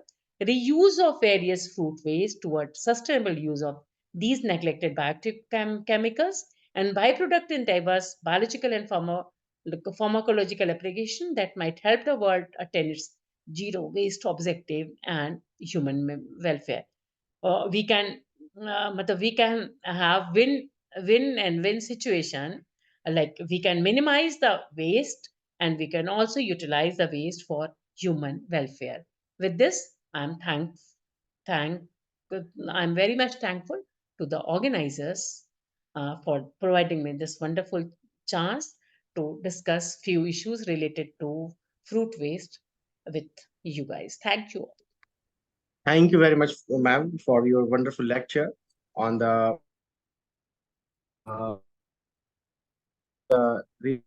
so this is very insightful lecture. So I expect to the participants to ask some question if you have. Participant, please ask. So no any looking here. So before that, ma'am, I have a small question. Yeah. So can you please tell me which one is the good for the methanol production? Is a fruit pulp or seed? Yeah, I think fruit pulp I is think- better. The peel part, the non-edible like pomace part, it is a better. Okay. But oil extraction, if you do first oil extraction, the oil extraction is fruit seeds are better for the oil extraction. Okay. So greater oil we can get from that reason. Yeah, From the seed. from Okay. the Thank you very seeds. much, ma'am. Okay. Thank you. So up to the Dr. Raghavendra Saxena, sir, please give few comment. Thank you very much, ma'am, for your nice presentation. There are three things which has come out from your presentation. One is that the waste can be utilized for biofuels. Yeah. Another is that the bioactive compounds present in those can be utilized in a pharmaceutical industries. Yeah, So these are thank the two very important components you have raised up. Ji, sir. I hope that if the waste can be utilized for large scale production, availability of those waste could be the continuously is important criteria. Yeah, that's If important. this, initially we can produce the ethanol, but if we go for the commercial application of those, the availability of that waste is Right. a little Right. questionable right now. Right, But right. that is a good area, and we should work on it in this direction for energy sustainability. Thank you very much, ma'am, for your. Thank you. Thank you, and Thank you, ma'am. namaskar. Thank you. Thank you. Okay. So presentation. sir, we are asking to Dr. Haren Tomar, sir. Sir, are you here, please? Are you here, sir? Dr. Haren, sir. Dr. Harendra Tomar, sir.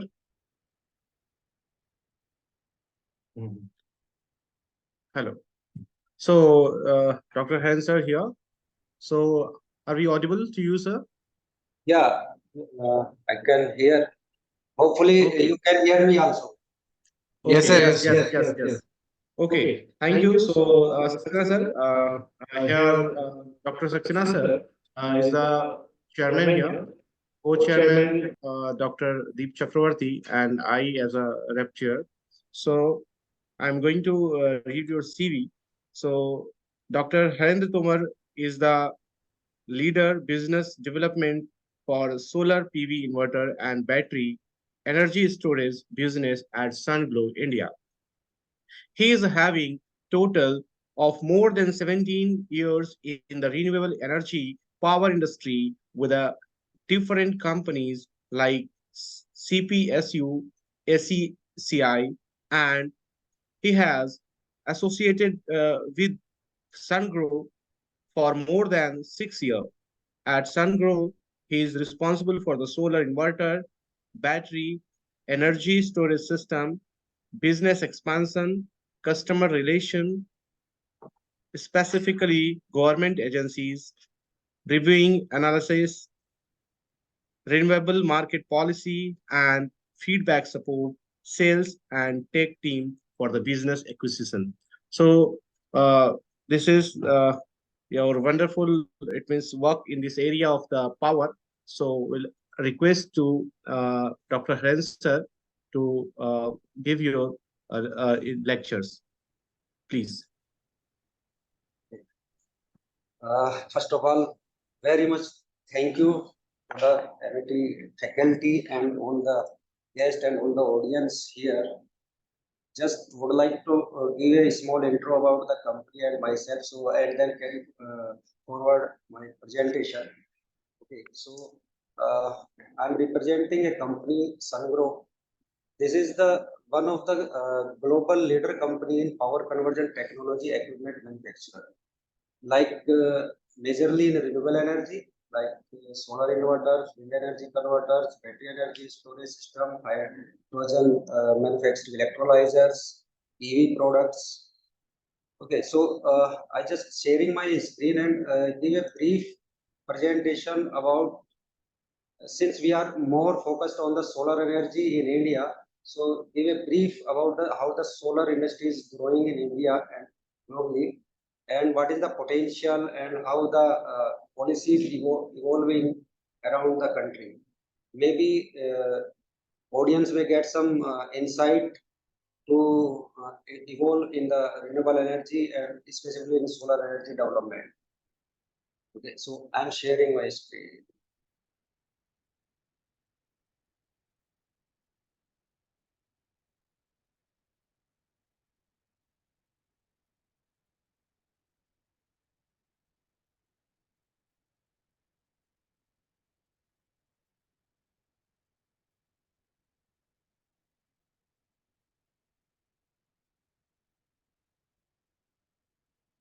Hope my screen is visible. Yes, sir, it is visible. Yes, Okay. sir, visible. Please do in full mode.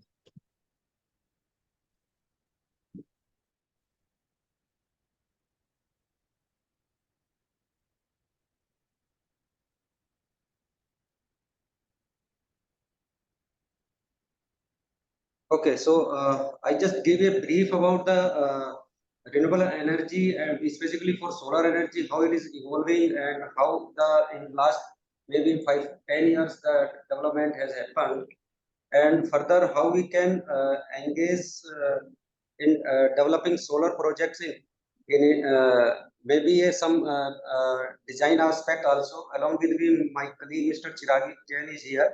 He will deliver some slide on the consideration of design aspect for solar energy applications.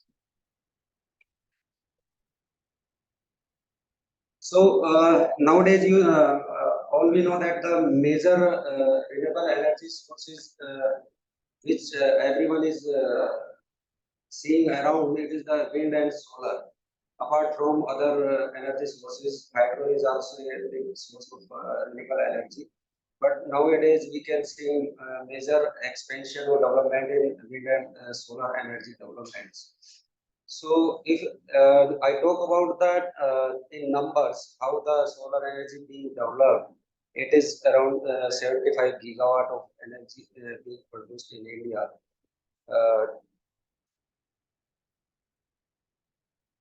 Okay, so just giving a brief scenario about the global solar development in past years. So you can see the scale and maybe a development in the last 7-8 years, how the solar energy has been evolved. In 2017, while the global solar energy generation was around 400 gigawatt, now it has been touched around 1500 gigawatt of solar energy generations. In a year itself, more than 300 gigawatt of solar energy being added globally. If I talk about the specifically for Indian scenario, so total solar energy installation is about 73 gigawatt at the end of 2023. Or in a year, it is being added in the range of 10 to 15 gigawatt annually.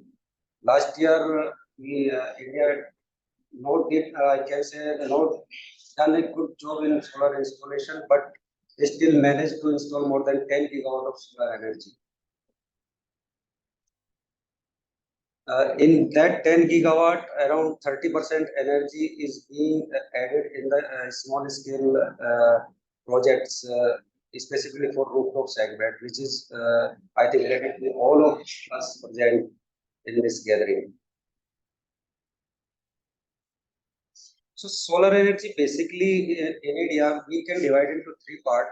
One is the utility scale projects, where the large scale solar projects being executed based on the long-term power purchase agreement by the large developers and the private as well as government companies. Major government companies involved to develop these projects, central government PSUs are there. Second category is the commercial and industrial solar application, where solar being installed by the commercial and industrial installations establishments for self, majorly for self consumption. And third category is the residential solar, where the power being used by the households. Now, if I give you a brief snaps about the policy makers and the major developers and how the who is driving the basically the solar in India. So, Ministry of New and Renewable Energy is the nodal ministry in India who has the responsibility to expand, to develop, to establish, to promote renewable energy across the country. Some of the regulatory agencies are there who monitor, who come in picture when any challenges or any disputes are there, like Central Electricity Authority is there. They standardize the things, they standardize the component, they monitor the installations, they monitor the energy demand, and they monitor how the penetration in any of the grid or transmission, solar or renewable energy should be there. Likewise, central electricity regulatory commissions are there who determine any regulatory aspects or maybe the what at what rate power should be purchased or produced in India from solar or any source of energy generation. If I talk about the major energy, renewable energy generation or developer companies from government side, these are the central government public sector undertakings are there, like Solar Energy Corporation of India, National Thermal Corporation of India Limited, SGVN, NHPC, Coal India Limited, and some of the government companies are also majorly playing a big role to develop these renewable energy projects across the country. In every state, under the umbrella of MNRE, there are nodal agencies are there who monitor, who has the task to implement the solar or another renewable energy generation sources. And last one is the power purchasers. Like in every state, we have the discounts. We can say that these discoms are responsible to buy the power and distribute to the consumers.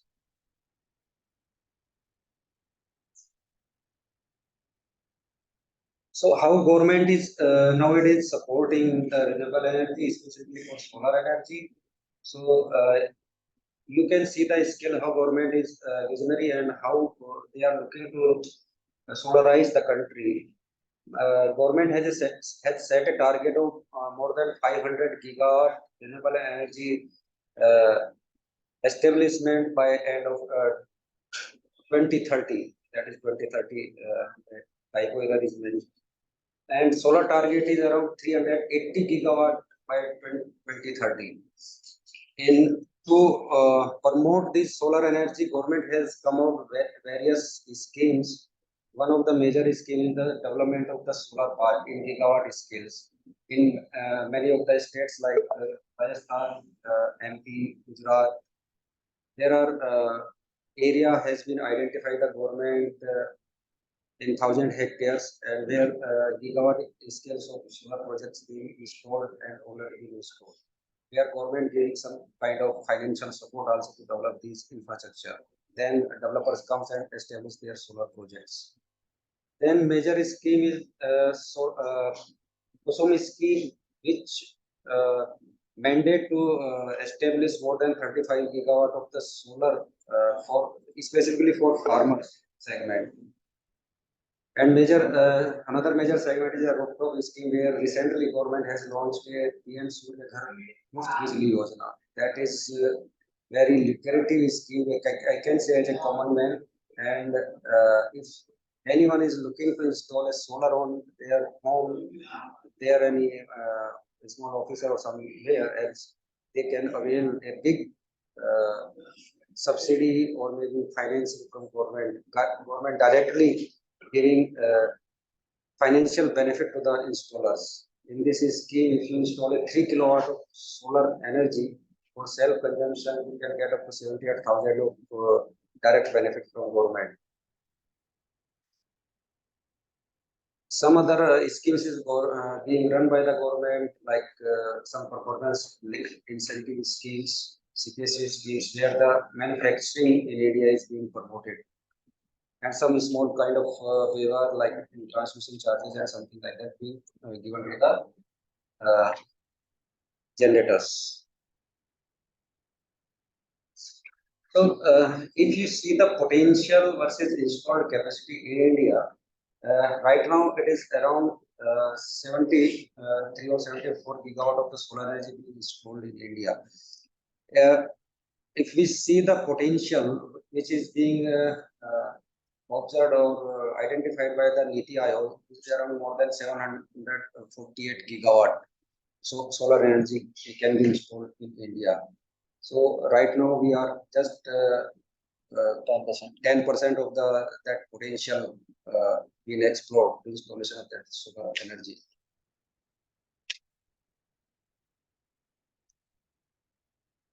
Yeah, any of the development come out with some certain challenges also there. So for solar energy, there are some major challenges are there which can't be ignored, or solar cannot be developed without tackling these challenges also. We are doing good. I can say we are doing good in renewable energy, but still we are not matching the fast-paced development by other major countries which we generally compare ourselves, like China and USA. China in a year adding more than 100 gigawatt of solar, while we are adding 10 to 15 gigawatt of solar. So you can see the difference here. That we need to tackle, we need to do better, and there is a scope to improve this. Another major challenge is in India is that the transmission of power. You know that solar or maybe renewable energy is an intermittent source of power. The generation of power is not regular, especially for solar. There is no generation in night, and in day also there may be a up and downs in the generation due to clouds, there due to rains, or there may be certain environmental conditions. So this give a challenge to the transmit this irregular power. So there is a huge scope for development, or can say a huge requirement of development in the transmission sector, where this solar energy can be penetrated easily. Another measure is the land requirement. For 1 megawatt of solar project, around 3 to 5 hectare of land is required. So you can imagine we are developing in gigawatt scale of projects and how much of land is required. And we have so much versatility in environment, in climatic condition, in biodiversity. So if you find a large chunk of land, there certainly will find some challenges in terms of environment or maybe some wildlife or something like that. So these are also challenges here to develop in large scales. Another one is the financial constraint. Yes, to give a cheap power to the consumers, common man, there is always requirement of finance projects, and then financing with a cheap, very lesser interest rate. That is also a constraint. I can't say it is a major, but yes, it is a constraint to develop power in India. Yeah, we are also being a huge country and huge demand of energy. We are still lacking to offering make in India products. You can imagine almost 70% of the equipment installed in solar industry is being imported. Now government has come out with certain schemes, certain policies. So it is gradually Make in India initiative being taken up, and then manufacturing is India scaling up. Another major challenge which solar industry will pose right now, it is just really started, but in future it will be a big challenge. It may be for a university or a student, there will be a subject for R&D. Some project work may be done how that waste management from the solar industry can be managed in future, because in such a huge installation there will be huge electric and panels and working waste area. So this may be taken up. Another challenge is that we are still lacking in the R&D sector and technological innovation in the renewable energy. So we as a technocrats or as a students need to work on this innovation, how we can contribute to the industry by evolving the available products, available technologies.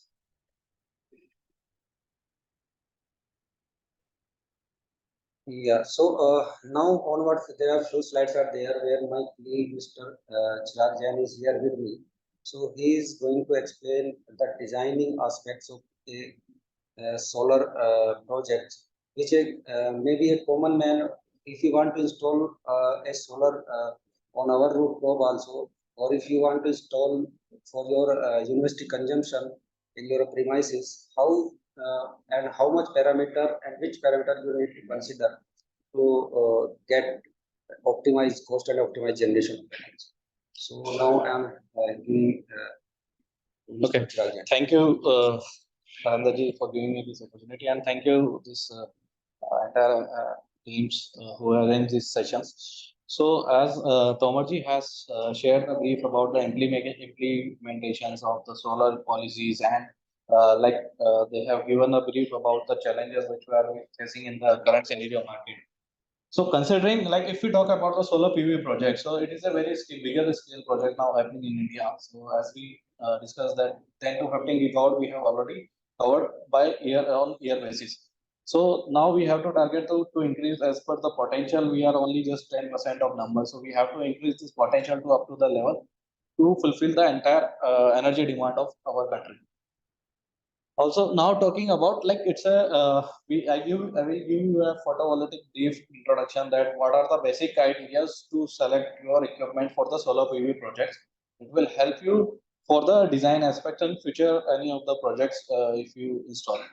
Like, first of all, think the major key role play in the photovoltaic cells is solar PV modules. So solar PV modules is like it PV module helps us to convert the DC solar energy into it helps us to whenever the photons will get on the electrons, it generate a DC source of energy. By inverter, we can capable to convert this DC energy into AC energy. And other things like we have to provide the system protection. So we have to use system suitable switch gears, selection of MVs, transformers, and AC DC cable sizes. All those things are there. So talking about initial level, like if we talk about the initial level surface, so we use following of these simulation software to design our solar PV plant. Like if we are designing any of the plant on C&I segment, we will follow the simulations of by using a PVCs to cater the generations. Helioscope is there. So in this helioscope, we can design our entire plant in 3D model, and we can do a plant level simulation with the module inverter, and we can check the cable sizes also. So with these tools help us to design the solar solar PV design. Anywhere we are installing these projects, it doesn't matter. Like if we are installing rooftop, C&I segments, or utility scale projects we are doing, we have to know about these kind of softwares. So these help us to get the generation numbers when we installing the sites. So before initiating, like these are the where we have to, before any initializing the site, we have to do the following analysis at the site level. Like if we are installing at any roof of our house, so we have to do the following system analysis. Like we have to meet with the customers, we have to see the available area on the terrace, or if we are installing it in a ground mount project, so then we have to see that available area at a ground level, and we have to do the topographical survey based on the land parcel and a roof. After that, we can design a system on our softwares like AutoCAD or Helioscope, PVSys, and we can generate the report. So in the report, we can see that whatever the generation gain we are going to get, and it will matching with our ROI. ROI is like return of investment. Whatever the investment we are doing and whatever the capex we are engaging with the solar PV project, at how much long we get this in terms of return of investment. So most of the solar rooftop projects, if you see, they will go, we will get capable to get a ROI within a 3.5 or 4 years, within a 3.5 and 4 years, based on the system capex as of nowadays. So these are the design software. So you can do the simulation as per this. So the major components which role play in solar PV projects like solar modules, structure, combiner boxes, your inverter, your combiner boxes for DC and AC sites, transformer and switchgear, whatever we are using for the safety and protection, and weather monitoring system and SCADA. If we are using a bigger size project, then we have to install SCADA to analyze all the mega gigawatt scale of projects. So talking about the module technology, so in last few of the years we are using polycrystalline modules. Now we have shifted to monocrystalline and thin film, or we can say bifacial kind of modules, which are now becoming in the size of higher range. Like earlier modules coming with in 2018-19, we see that the modules coming in terms of 300 to 50 watt or peak only. Now at the current scenario, the module is crossing 600 to 650 watt peak. So this is the kind of advancement our technocrats are bringing to this platform at India level. So 650 watt peak kind of modules are using for the installations. So here are the some scenarios where we have where you can install the structures. So in ground mounted, you use something like 2-pole axis or single pole axis kind of structures for the ground type. And there are two types. There is one is a fixed tilt. So with at a fixed tilt, you install the structure at a fixed particular tilt angle. So based on your site conditions. So this is the fixed tilt structure, and one is the tracker. So the tracker will help you to get an extra generation in terms of getting an extra generation in gain, and the tracker will rotate the structure in such a way that as per the where you can get a maximum generation gain. So that this is the role of tracker. And if we talk about the rooftop mounting structure, so these are the fixed on the tin shed, or if we having a RCC roof, so we can install these structure at roof also. So generally the structure we are using for solar rooftop projects are hot dip galvanized or aluminum structure, depending on the roof and location. If we are using a hot dip galvanized structure, then the micron category should be 80 micron and should be a corrosion resistant.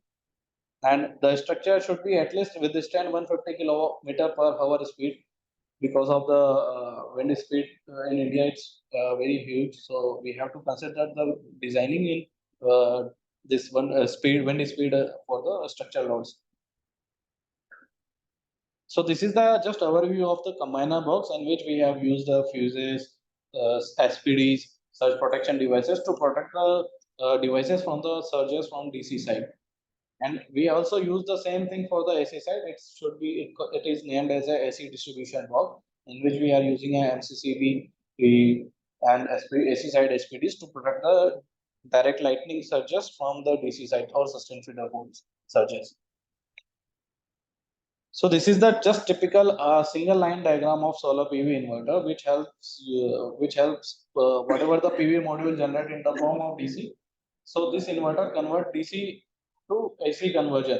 So this is the major role play. So here these inverter are MPPT based inverter. So it takes a reference. It tracks a maximum power point from the solar PV modules, and it will extract the more power to feed the in terms of AC.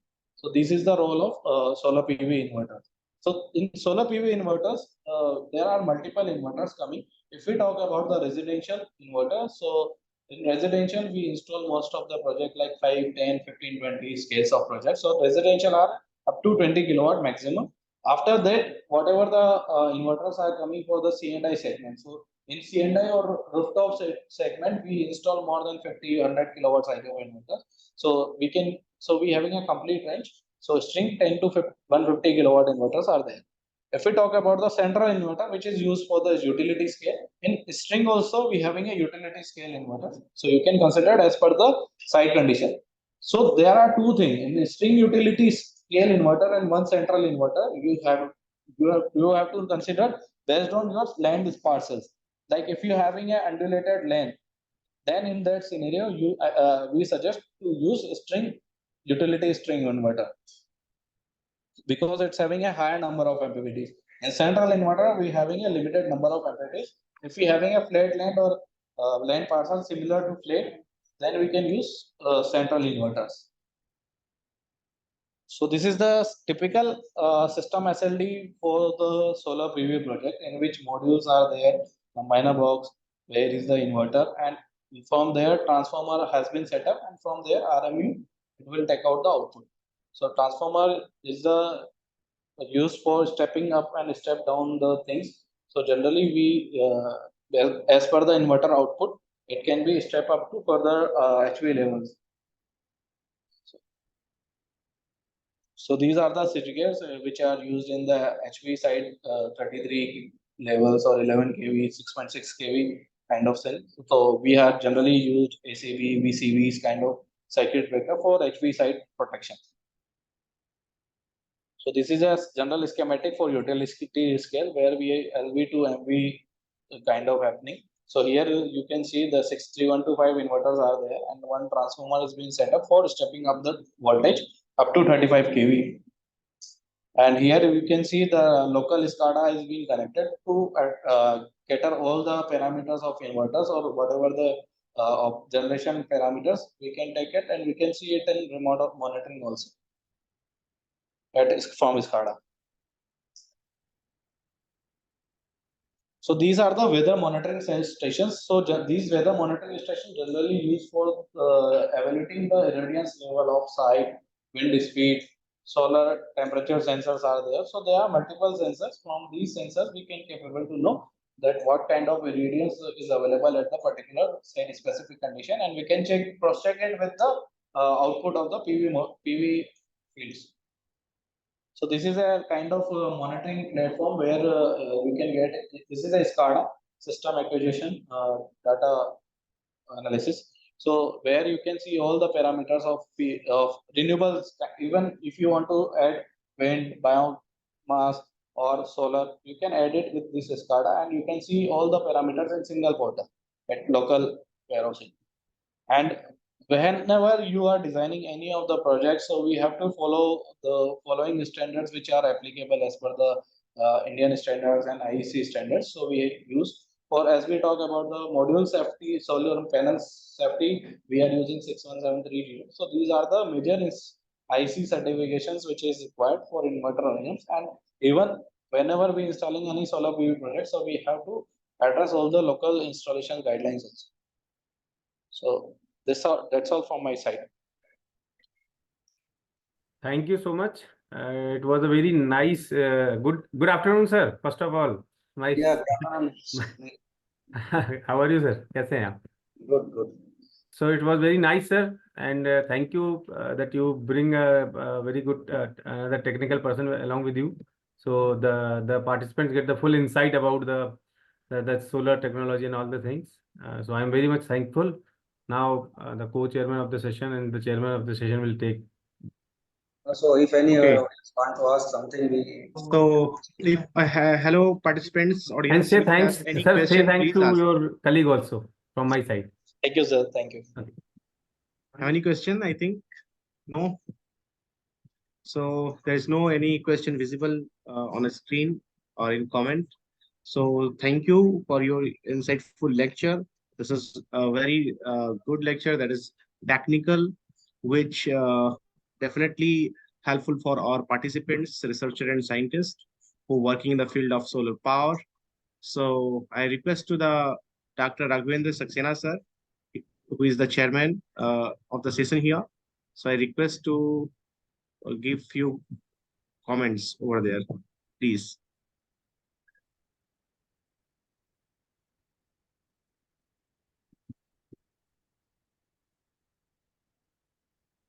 Sir,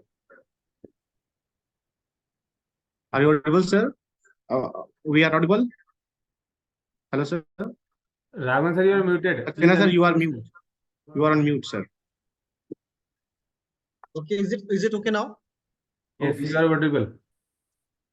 Okay, thank you very much, Dr. Harin Thomas sir. You have given a very nice presentation, and I was looking entire presentation throughout the starting. I was saying that you have very importantly given the current scenario of renewable energy sources. You have also given that what is the inputs being there for renewable energy sources, especially solar energy and the wind energy, how the policies are being helping to boost these renewable energy sources. So the entire scenario which has been given, and also you have given what are the policies and limitations. It was just a wonderful uh, presentation from your side. There are three presentations we had in this section. The first presentation was of Dr. Srinivasan, who has given a very nice presentation on renewable energy resources, current trends and future plans for Gulf Cooperation countries, GCC. It was also a very wonderful presentation that was given efforts made by GCC countries to boost the renewable energy production in order to reduce our dependence on conventional fuels. The second presentation was given by Dr. Neelam Pathak. She has also given the presentation on application of the waste material in a dual way. One way through production of the renewable energy, especially the biofuels, and second way, the bioactive compounds that are being present can be utilized for pharmaceutical purposes in health, in therapeutics. So that was another very wonderful. So all these three sessions were very wonderful. So thank you very much to all three of you. And I would now forward this session to Dr. Abhishek, who may go for the further proceedings. Thank you very much. Okay, thank you for your comments, sir. So I think I take some, it means, so I think we should finish this meeting because all the things happened here. Wonderful. So thank you, everyone. We are going to close this meeting. Thank you very much.